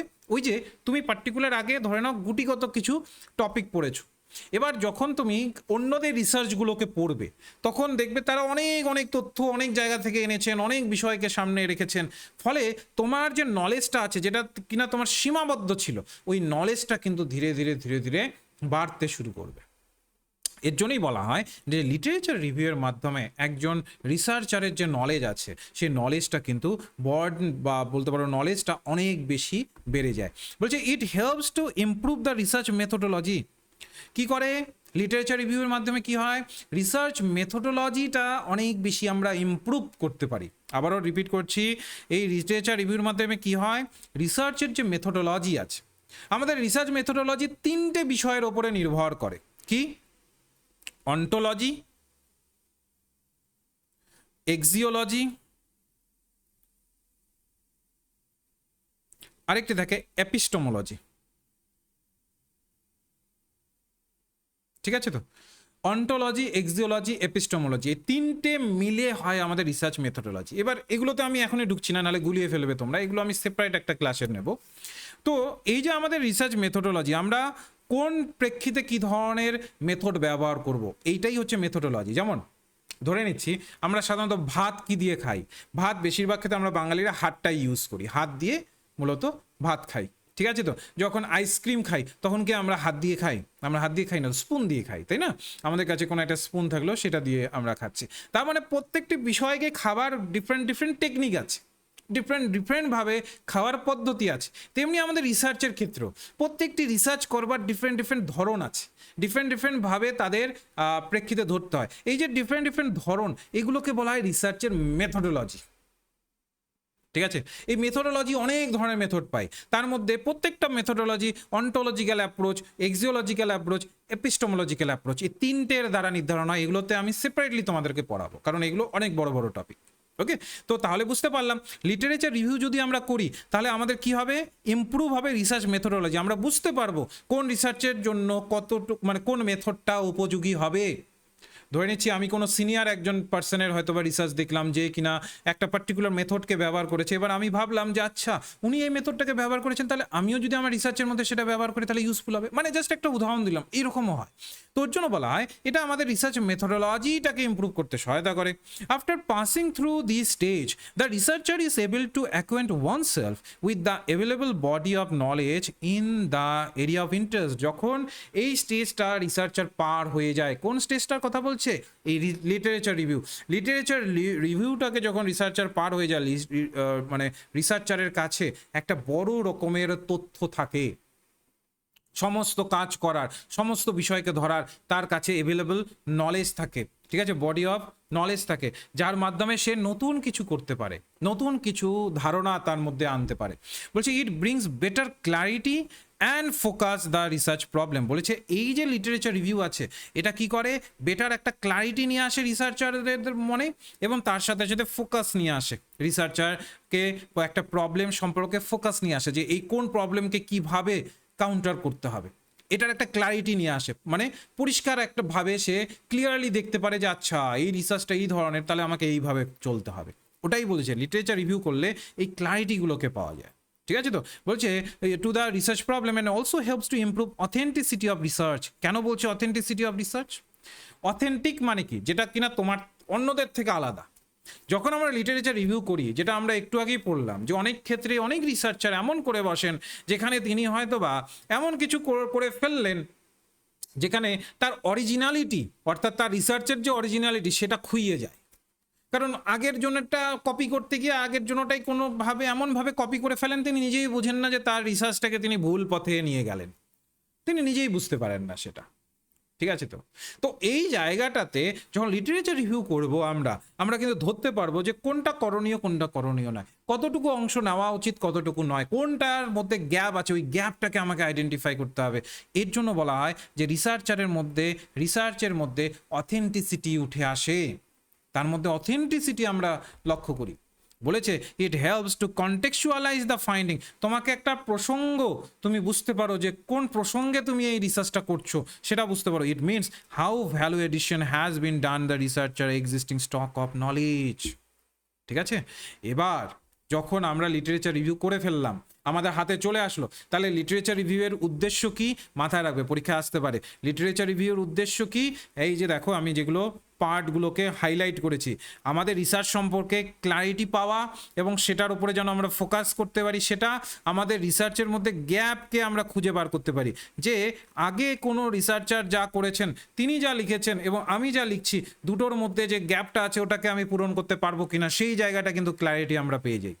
এই ক্ল্যারিটিটা কিন্তু আমরা লিটারেচার রিভিউয়ের মাধ্যমেই পাওয়া সম্ভব। ওকে, এই দ্বিতীয় স্টেপ চলে গেল। তারপর আসবে থার্ড স্টেজ, যেটাতে বলা হয় preparing research and study design. এখানে আমরা কি করি? রিসার্চ ডিজাইনকে প্রিপেয়ার করি বা স্টাডি ডিজাইনকে প্রিপেয়ার করি। এবার প্রশ্ন আসে রিসার্চ ডিজাইন বা স্টাডি ডিজাইন কি? তারপর নিচে অপশন দিয়ে দেবে। মাথায় রাখবে এই রিসার্চ ডিজাইন বা স্টাডি ডিজাইন বলতে বোঝায় research design is a activity, একটা কাজ, একটা টাইম বেসড প্ল্যান, একটা কি টাইম বেসড প্ল্যান, একটা সময়কে কেন্দ্র করে আমরা এটা করে থাকি। Keeping in view of research objectives, আমরা কি করি? আমাদের রিসার্চের যে উদ্দেশ্য, সেই উদ্দেশ্যটাকে মাথায় রেখে আমাদের রিসার্চটা কত দিনের মধ্যে কমপ্লিট করতে হবে, সেই সময়টাকে মাথায় রেখে কাজগুলোকে সেইভাবে আমরা তৈরি করার চেষ্টা করি বা কাজগুলোকে সেইভাবেই করার চেষ্টা করি, ঠিক আছে। তো এই জায়গাটাকে কিন্তু আমরা একটু মাথায় রাখবো। যদি পরীক্ষায় প্রশ্ন আসে যে রিসার্চের ভিত্তিতে বা রিসার্চের যে ধরনের ধারণাগুলো রয়েছে তার মধ্যে রিসার্চ ডিজাইন কি, তাহলে মাথায় রাখবো একটা টাইম বেসড প্ল্যান বা অবজেক্টিভ, রিসার্চের অবজেক্টিভকে ধরার ক্ষেত্রে আমরা কিন্তু রিসার্চ ডিজাইন করে থাকি। দেখো তুমি যদি ঠিকঠাকভাবে ডিজাইন না করো তাহলে তুমি সঠিক সময়ে তোমার রিসার্চ সঠিকভাবে কমপ্লিটেড করতেই পারবে না, প্রত্যেকটা জায়গাতে তুমি আটকে যাবে। তো এর জন্য কিন্তু খুবই ইম্পর্টেন্ট যে একটা নির্দিষ্ট সময়কে কেন্দ্র করে রিসার্চটাকে করা। ওকে, বেশ। It guides about the type of information to be collected and their sources. বলেছে এটা গাইড করে আমাদের, কি গাইড করে আমাদের? যে কোন ধরনের ইনফরমেশনকে আমাদের কালেক্ট করতে হবে, কোন ধরনের ইনফরমেশনের রিকোয়ারমেন্ট রয়েছে। ঠিক আছে? তো কোন ধরনের ইনফরমেশন কালেক্ট করতে হবে, কোন ধরনের ইনফরমেশনের রিকোয়ারমেন্ট রয়েছে, এবং তাদের সোর্সেসগুলো সম্পর্কে আমাদের সচেতন থাকতে হয়। এবার দেখবে যে কোনো রিসার্চ যখন আমরা করতে যাব, পরীক্ষা আসে কিন্তু যে রিসার্চের ক্ষেত্রে প্রায়োরিটি, দেখবে এই ধরনের প্রশ্ন আসে, রিসার্চের ক্ষেত্রে কোন বিষয়টাকে প্রায়োরিটি দেওয়া হয়। অবশ্যই রিসার্চারের চয়েসটাকে তো প্রায়োরিটি দেওয়াই হয়, তার সাথে সাথে প্রায়োরিটি দেওয়া হয় তার সোর্সেসগুলোকে। সোর্স অনেক ধরনের হয়, সেটাতে আমি পরে আসছি। তো এখানে আমাদের এই ধরনের প্রশ্ন কিন্তু আসে। ঠিক আছে? তো বলেছে it is framework for specifying the relationship among the variable under study. বলেছে এটা এক প্রকার ফ্রেমওয়ার্ক বলতে পারো, যার মাধ্যমে আমরা স্পেসিফাই করার চেষ্টা করি যে আমাদের কাছে যে ভেরিয়েবলগুলো আছে, আমি আসবো, ভেরিয়েবলকে বাংলায় বলা হচ্ছে চলক। এবার কেন আমরা এখানে একটু বোঝাতেই হবে তোমাদের আমার, যে ভেরিয়েবলকে কেন চলক বলা হচ্ছে। কারণটা হচ্ছে আমাদের রিসার্চের মধ্যে যেগুলো যেগুলো আমরা কম্পোনেন্ট ব্যবহার করে থাকি, বা বলতে পারো কম্পোনেন্ট বললে ভুল হবে, রিসার্চের মধ্যে যা যা ব্যবহৃত হয় প্রত্যেকটাই এক একটা ভেরিয়েবল হিসেবে আমাদের সামনে আসে। এবার ওই ভেরিয়েবলগুলোকে একটার সাথে আরেকটা সম্পর্ককে আমরা দেখিয়ে সেই অনুসারে ওই সম্পর্কগুলোকে বুঝে সেই অনুসারে আমরা রিসার্চটাকে করার চেষ্টা করি। এর জন্যই বলেছে যে এটা হচ্ছে একটা ফ্রেমওয়ার্ক, একটা বলতে পারো ফ্রেমওয়ার্ক, একটা কাঠামো, যেখানে আমরা দেখাতে পারি যে কোন ভেরিয়েবলের সাথে কোন ভেরিয়েবলকে মিলে একটা প্রপার রিসার্চ হচ্ছে। বলছে ইট আউটলাইন দ্য প্রসিজার, বলছে এটা পদ্ধতিটাকে মূলত শো করায়। ঠিক, এখান থেকে একটা প্রশ্ন এসেছে, ওকে, যেটা আমাদের একটু মাথায় রাখতে হবে। যে যেমন বলছে ইট অলসো, আচ্ছা এখান থেকে কিছু প্রশ্ন আসে, যেমন it also answer questions like intensive study and small sample are more effective than less intensive study of large sample। এবার দেখো এখানে একটা টার্ম পেলে স্যাম্পল, এই স্যাম্পলটাকে পড়তে হলে পপুলেশন পড়তে হবে। তো এই টপিকটাকে আপাতত আমি এখানে স্টপ করছি, এই স্যাম্পলটা এখনই তো ঢুকছি না, কারণ নাহলে গুলিয়ে ফেলবে। তো আমি এখনই এটাতে ঢুকছি না, কারণ পপুলেশন পড়িয়ে তারপরে স্যাম্পলে ঢুকতে হয়, তবেই সঠিকভাবে বোঝা যায়। ওকে, তো আমি যেইটুকু বোঝালাম এইখানে জাস্ট একটু তোমাদেরকে মেমোরাইজ করে দিই। রিসার্চ ডিজাইন বা স্টাডি ডিজাইন কি? এটা হচ্ছে একটা টাইম বেসড প্ল্যান, একটা সময়কে কেন্দ্র করে আমরা একটা পরিকল্পনা করি যে আমাদের যে রিসার্চের অবজেক্টিভসগুলো আছে বা আমাদের রিসার্চের যে মানে উদ্দেশ্যগুলো আছে, সেটাকে আমরা কতটা ক্ল্যারিটির সাথে, কতটা ক্ল্যারিটির ভাবে সেটাকে আমরা সেই মানে সেটাতে পৌঁছতে পারবো, সেই উদ্দেশ্যগুলোতে পৌঁছতে পারবো, এই জায়গাটাকে কিন্তু আমরা এই রিসার্চ ডিজাইনের মধ্যে কিন্তু ধরার চেষ্টা করি। এর জন্যই আমরা ডিজাইনটা বানাই ওইভাবেই। এবার আসি কতভাবে ডিজাইন থাকে, কত ধরনের ডিজাইন থাকে, কতভাবে ডিজাইনগুলো আসে। বেশ, এবার study design on the basis of number of contact. রিসার্চের ডিজাইন যদি আমরা নাম্বার অফ কন্ট্যাক্টসের ভিত্তিতে করি, কন্ট্যাক্ট মানে কি, কতটা তুমি যোগাযোগে আসলে। ঠিক আছে? তো আমরা রিসার্চারেরা যখন আমরা কোনো একটা রিসার্চ করি, তখন যে কিনা রেসপন্ডেন্ট থাকে, ঠিক আছে, যেমন আমি ধরে নিচ্ছি আম গাছের উপরে রিসার্চ করছি, সাপোজ ধরে নাও আমি রিসার্চ করছি যে মালদার আম এত টেস্টি কেন, সেটার উপরে মালদার আমের 1 বিঘা জমির উপরে আমি রিসার্চ করছি, যে মালদার আমকে নিয়ে রিসার্চ করব। তাহলে আমার ওই যে আমের গাছগুলো, ওই গাছগুলো কিন্তু আমার এক একজন রেসপন্ডেন্ট, বুঝতে পারলাম? বোঝাতে পারছি আমি? ওই গাছগুলো কিন্তু এক একজন রেসপন্ডেন্ট, বা বলতে পারো পপুলেশন, যেই নামই রাখি না কেন। ঠিক আছে? তো ওই গাছগুলোর থেকে আম আসছে এবং ওই আমটাকে আমি রিসার্চ করছি, তাহলে ওই গাছগুলো আমার কাছে কিন্তু রেসপন্ডেন্ট। ওকে, এবার তাদের থেকে আমি ডেটাকে কালেক্ট করব, এবং সেই ডেটা কালেক্ট করবার জন্য তাদের সংস্পর্শে আসতে হবে আমার, ওই আম গাছে, ওই আম বাগানে আমাকে যেতে হবে। এবার আমি ওই আম বাগানে কতবার যাচ্ছি, এটার ওপরে নির্ভর করে যে ডিজাইনটা হয়, স্টাডি ডিজাইনটা হয়, ওটাকে বলি আমরা research design on the basis of number of contact. বোঝাতে পারলাম? একদম কিন্তু আমি পাতি বাংলা ভাষায় কিন্তু বুঝিয়ে দিচ্ছি।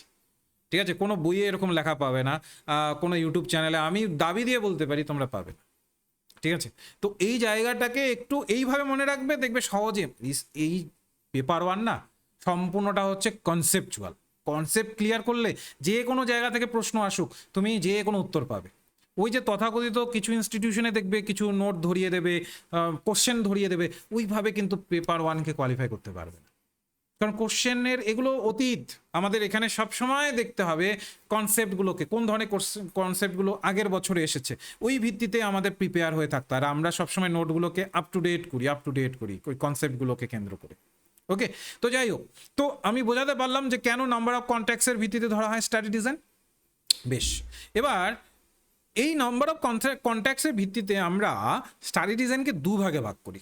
একটা হচ্ছে ক্রস সেকশনাল, আরেকটা পেয়ে যাই আমরা লঙ্গিটিউডিনাল। আবারও রিপিট করছি, আমরা স্টাডি ডিজাইনকে on the basis of number of contacts এটার ভিত্তিতে আমরা দু ভাগে ভাগ করি, একটা হচ্ছে ক্রস সেকশনাল, আরেকটা হচ্ছে লঙ্গিটিউডিনাল। ওকে, এবার ক্রস সেকশনাল কি আর লঙ্গিটিউডিনাল কি, দুটোতে একটু ভেতরে ঢুকতে হবে আমাদের, নাহলে বুঝতে পারবো না। ক্রস সেকশনাল হচ্ছে it is also known as one shot or status studies. বলেছি এটাকে আমরা ওয়ান শট স্টাডিজও বলতে পারি বা স্ট্যাটাস স্টাডিজও বলতে পারি। এবার কেন এটাকে ওয়ান শট বলি আর স্ট্যাটাস স্টাডিজ বলি আসছি আমি।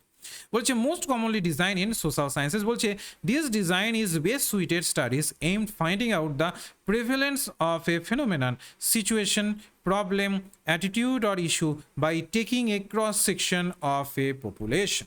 বলছে এই ডিজাইনটা বেসিক্যালি আমরা করে থাকি হচ্ছে পার্টিকুলার কোনো একটা সিচুয়েশন, প্রবলেম বা কোনো একটা ইস্যুকে কেন্দ্র করে এই স্টাডি ডিজাইনটা করে থাকি।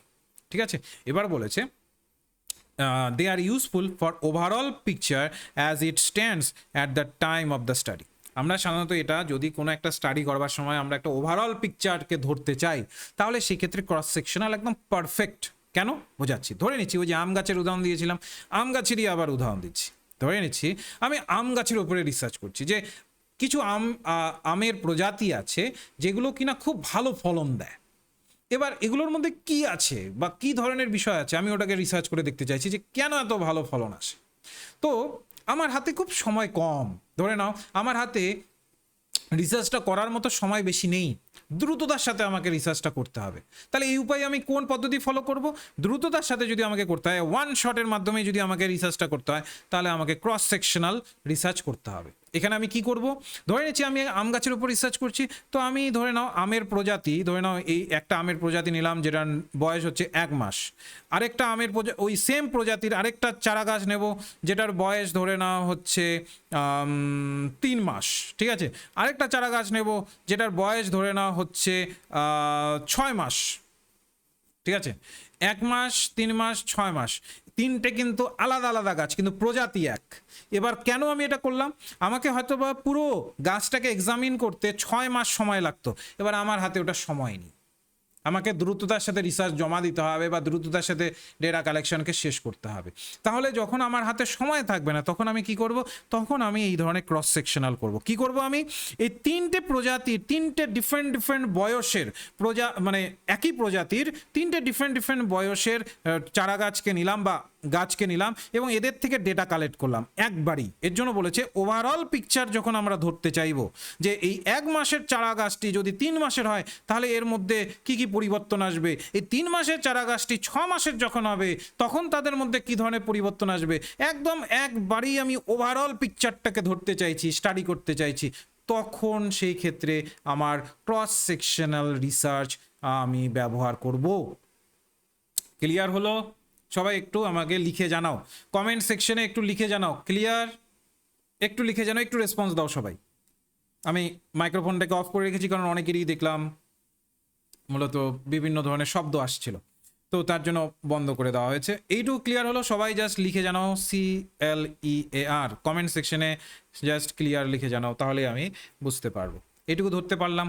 তাহলে পরীক্ষায় যদি আমাদের প্রশ্ন আসে যে কোন সময়ে আমরা ক্রস সেকশনাল রিসার্চ করব, এইভাবে কিন্তু আসে পরীক্ষায়, আমি কোশ্চেন যখন সলভ করাবো দেখতে পারবে, নয়তো বা তোমাদের কাছে PYQ এর নিশ্চয়ই সেট আছে, সেই সেটটাতেই লক্ষ্য করতে পারবে। পরীক্ষায় এগুলো দেবে যে কোন সময় আমরা মূলত ক্রস সেকশনাল রিসার্চকে ব্যবহার করি। আমরা মাথায় রাখবো, ক্লিয়ারলি মাথায় রাখবো, আমরা যখন আমাদের হাতে সময় কম, আমরা ওভারঅল পিকচারটাকে একবারে ধরতে চাইছি, ওয়ান শটের মাধ্যমে রিসার্চটা করতে চাইছি, তখনই আমরা ক্রস সেকশনাল রিসার্চটাকে ব্যবহার করব। ওকে, এটা গেল ক্রস সেকশনাল। এবার ঢুকে যাই আমরা লঙ্গিটিউডিনালে। লঙ্গিটিউডিনাল কি বলেছে? In longitudinal studies data would be collected at several point of time. কি বলেছে? লঙ্গিটিউডিনাল রিসার্চের ক্ষেত্রে, লঙ্গিটিউডিনাল রিসার্চের ডিজাইনের ক্ষেত্রে আমরা ডেটাকে কালেক্ট করব সেভারাল পয়েন্ট অফ টাইমের ভিত্তিতে। এবার সেভারাল পয়েন্ট অফ টাইমের মানে কি? ধরে নিচ্ছি একটাই চারা গাছ আমি নিলাম, একটাই আমের গাছ আমি নিলাম। এবার এই আমের গাছটা যখন ধরে নাও 1 মাস বয়স, তখন একবার সেম আমের গাছটা কি 1 মাস বয়স, তখন ডেটা কালেক্ট করব। যখন এই সেম আমের গাছের বয়স যখন হয়ে যাবে 3 মাস, তখন এর থেকে ডেটা কালেক্ট করব। সেম আম গাছটাই যখন 6 মাসের হয়ে যাবে, তখন ডেটা কালেক্ট করব। অর্থাৎ একই অবজেক্টকে বা যে কোনো কিছু হতে পারে, শুধু যে আম গাছের ওপরে এটা হবে এটা ভেবেও না। আবার এটা জাস্ট আমি উদাহরণ দেওয়ার জন্য কিন্তু তোমাদের বলেছি, ঠিক আছে? তো সেই ক্ষেত্রে যখনই দরকার হবে, যখনই প্রয়োজন হবে, তখন আমরা ডেটা কালেক্ট করব। এর জন্যই বলা হচ্ছে ইন লংগিটিউডিনাল রিসার্চে data would be collected at several point of time. Several point of টাইমে আমরা ডেটা কালেক্ট করি, যার ফলে বেটার এখান থেকে আমাদের ডেটা আসার সম্ভাবনা থেকে বেটার রেজাল্ট আমরা পাই, ঠিক আছে? তো সেই জায়গাটা কিন্তু আমরা এখানে পেয়ে যাই। ওকে, বোঝা গেল? তাহলে যখন আমাদের হাতে সময় কম থাকবে, দ্রুততার সাথে ওয়ান শটের মাধ্যমে আমরা রিসার্চ করতে চাইছি, তখন ক্রস সেকশনাল। যখন হাতে সময় থাকবে, দীর্ঘমেয়াদী একটা সময় থাকবে, সেই অনুসারে যখন করব, তখন লংগিটিউডিনাল। আর লংগিটিউডিনাল সবসময় আমরা কি করি? সেভারাল পয়েন্ট অফ টাইমের ভিত্তিতে আমরা কালেক্ট করি। এবার অনেকেই বলবে যে স্যার, যদি পরীক্ষায় আসে যে এই দুটোর মধ্যে কোনটা বেটার, দেখো দুটোরই ইউজেস আছে আমাদের রিসার্চে, কিন্তু পরীক্ষায় অনেক সময় প্রশ্ন করে বসে যে এই দুটোর মধ্যে কোনটা বেটার ম্যানারে ইউজ হবে। মাথায় রাখবো আমরা লংগিটিউডিনাল সব থেকে বেটার। কেন বেটার? কারণ এখানে যে তুমি চারা গাছটি বা যেই গাছটি ব্যবহার করছো বা যে অবজেক্ট বা যে বিষয়টি তুমি ব্যবহার করছো, ওটাকে দীর্ঘমেয়াদী স্টাডি করবে, ফলে ওখানে যা যা পরিবর্তন আসবে তোমার চোখের সামনে সমস্ত পরিবর্তন ধরা পড়বে, ফলে রিসার্চটাকে খুব স্মুথলি তুমি এগিয়ে নিয়ে যেতে পারবে। কিন্তু ক্রস সেকশনালে কি হয় বলো তো, আমরা যেহেতু ডিফারেন্ট চারা গাছ ব্যবহার করছি, ডিফারেন্ট গাছ ব্যবহার করছি, ডিফারেন্ট বয়সের গাছ ব্যবহার করছি, এমনও তো হতে পারে এই 1 নম্বর যে গাছটি আছে ওটার মধ্যে যে ধরনের পরিবর্তন 3 মাস পরে আসলো, সেটা এই যে আমি যে 3 মাসের গাছটিকে দেখিয়েছি এটার মধ্যে সেই পরিবর্তন আসেনি। তাহলে রিসার্চটার মধ্যে কোশ্চেন থেকে যাচ্ছে, রিসার্চটা কম্প্রোমাইজ হয়ে যাচ্ছে, রিসার্চটা আমাদের বায়াস হয়ে যাচ্ছে। এর জন্যই বলা হয় লংগিটিউডিনাল রিসার্চ সব থেকে বেটার। ওকে, বেশ। এবার দেখো study design on the basis of reference period. এতক্ষণ আমরা কি পড়লাম? Study design on the basis of number of কন্ট্যাক্টসের ভিত্তিতে আমরা ভাগগুলোকে পড়লাম। এবার আমরা পড়ব study design on the basis of reference period. Reference পিরিয়ডের ভিত্তিতে যদি আমরা এখানে ভাগগুলোকে করার চেষ্টা করি, কি ধরনের ভাগ পাবো? এক, বলছে যখন আমরা রেফারেন্স পিরিয়ডের ভিত্তিতে দেখব একটা সময়কাল বা কতটা সময় জুড়ে করা হচ্ছে, এই ধরনের অবজেক্টিভসগুলোকে মাথায় রেখে যখন আমরা রিসার্চটাকে করব, তাহলে মাথায় রাখবো এই ক্ষেত্রে, এই স্টাডি ডিজাইনের ক্ষেত্রে 2 ধরনের স্টাডি ডিজাইন হওয়ার সম্ভাবনা আছে। একটা হচ্ছে আমরা রেট্রোস্পেকটিভ পাবো, আরেকটা পেয়ে যাব রেট্রোস্পেকটিভ, আরেকটা পেয়ে যাব প্রসপেকটিভ স্টাডি। তাহলে পরীক্ষায় কিন্তু আসবে যারা মূলত এই ধরনের বিষয়কে আগে পড়োনি, তাদেরকে বলছি তোমরা সবাই এটা খাতায় লিখে রাখো, না হলে আমি এটাকে এই ক্লাসটিকে ইউটিউবে আপলোড করব। হ্যাঁ, ধরে নাও ক্লাসের 2 ঘন্টার মধ্যে, ক্লাস শেষ হওয়ার 2 ঘন্টার মধ্যে ইউটিউবে এটা আপলোড করব, ঠিক আছে? যারা যারা এই ক্লাসটিকে দেখতে চাইছো, তো সেই ক্ষেত্রে নোটটাও আপলোড করে দেবো, যেমনটা দেখছো এমনটাই নোটটাও না হয় আপলোড করে দেবো। তো ইউটিউবে আমি এটাকে আপলোড করে দেবো। ওকে, ওই ইউটিউবের মধ্যেই দেখবে আমি একটা নোটের সেকশন দিয়ে দিই। তোমরা আগে যারা ফ্রি ক্লাসেস করেছো দেখবে কিছু কিছু ক্লাসের নোট আমি প্রোভাইড করে দিই। তো ইউটিউবের যেখানে নোটের সেকশন থাকে ওখানে না হয় আমি আজকের ক্লাসের নোটটাও দিয়ে দেবো, যেন কিনা সহজে এগুলোকে ধরতে পারো। ওকে, বুঝতে পেরেছো? তাই বলে প্রত্যেকটা ক্লাস কিন্তু ইউটিউবে আসবে না, ঠিক আছে? এটা জাস্ট যারা আজকের ক্লাসটা করছো, এরপরে যারা অ্যাডমিশন নেবে সবগুলো ক্লাস তোমাদের অ্যাপের মধ্যে থাকবে, অ্যাপ থেকেই তোমরা দেখতে পারবে, ওখান থেকে নোট কালেক্ট করবে সেমভাবে। ওকে, যাই হোক, তো যেটা বলছিলাম তোমাদের, কি বলছিলাম, যেটা বলছিলাম যে আমাদের রেট্রোস্পেকটিভ 2 ধরনের মূলত স্টাডিজ থাকে। একটা হচ্ছে রেফারেন্স পিরিয়ডের ভিত্তিতে, একটা হচ্ছে রেট্রোস্পেকটিভ, আর একটা হচ্ছে প্রসপেকটিভ। পরীক্ষা আসে যে স্টাডি ডিজাইন বা রিসার্চ ডিজাইন যদি আমরা রেফারেন্স পিরিয়ডের ভিত্তিতে ভাগ করি, তাহলে সেই ক্ষেত্রে ক ভাগে ভাগ করা যায়? তাহলে রেফারেন্স পিরিয়ডের ভিত্তিতে ভাগ করলে 2 ভাগে ভাগ করা যায়, রেট্রোস্পেকটিভ আর একটা হচ্ছে প্রসপেকটিভ স্টাডি। রেট্রোস্পেকটিভ স্টাডি কোনটাকে বলে? বলছে রেট্রোস্পেকটিভ স্টাডি ডিজাইন ওইটাকে বলবে it is mean to phenomenon or a situation that's occur in past. বলেছে অতীতে কোনো একটা ঘটনা ঘটে গেছে বা কোনো একটা বিষয় ঘটে গেছে, সেটা নিয়ে এবার আমি রিসার্চ করতে চাইছি। বোঝো ভালোভাবে, অতীতে কোনো একটা ঘটনা বা বিষয় ঘটে গেছে, সেটা নিয়ে এবার ফাইনালি আমি একটা রিসার্চ করতে চাইছি। সেই সময় যে রিসার্চটা হবে ওটাকে বলা হয় রেট্রোস্পেকটিভ স্টাডি ডিজাইন। ওটাকে আমরা কি বলি? রেট্রোস্পেকটিভ স্টাডি ডিজাইন বলি। ওকে, যেটা অতীতে ঘটেছে, অতীতের ভিত্তিতে যখন আমরা স্টাডিটাকে করব তখন ওটা কি হবে? রেট্রোস্পেকটিভ। বারবার রিপিট এর জন্যই করছি যেন কিনা সহজে মনে রাখতে পারো। তাহলে পরীক্ষায় যদি এই ধরনের প্রশ্ন আসে যে অতীতের প্রেক্ষিতে যদি করা হয়, তাহলে সেটাকে আমরা কি বলবো?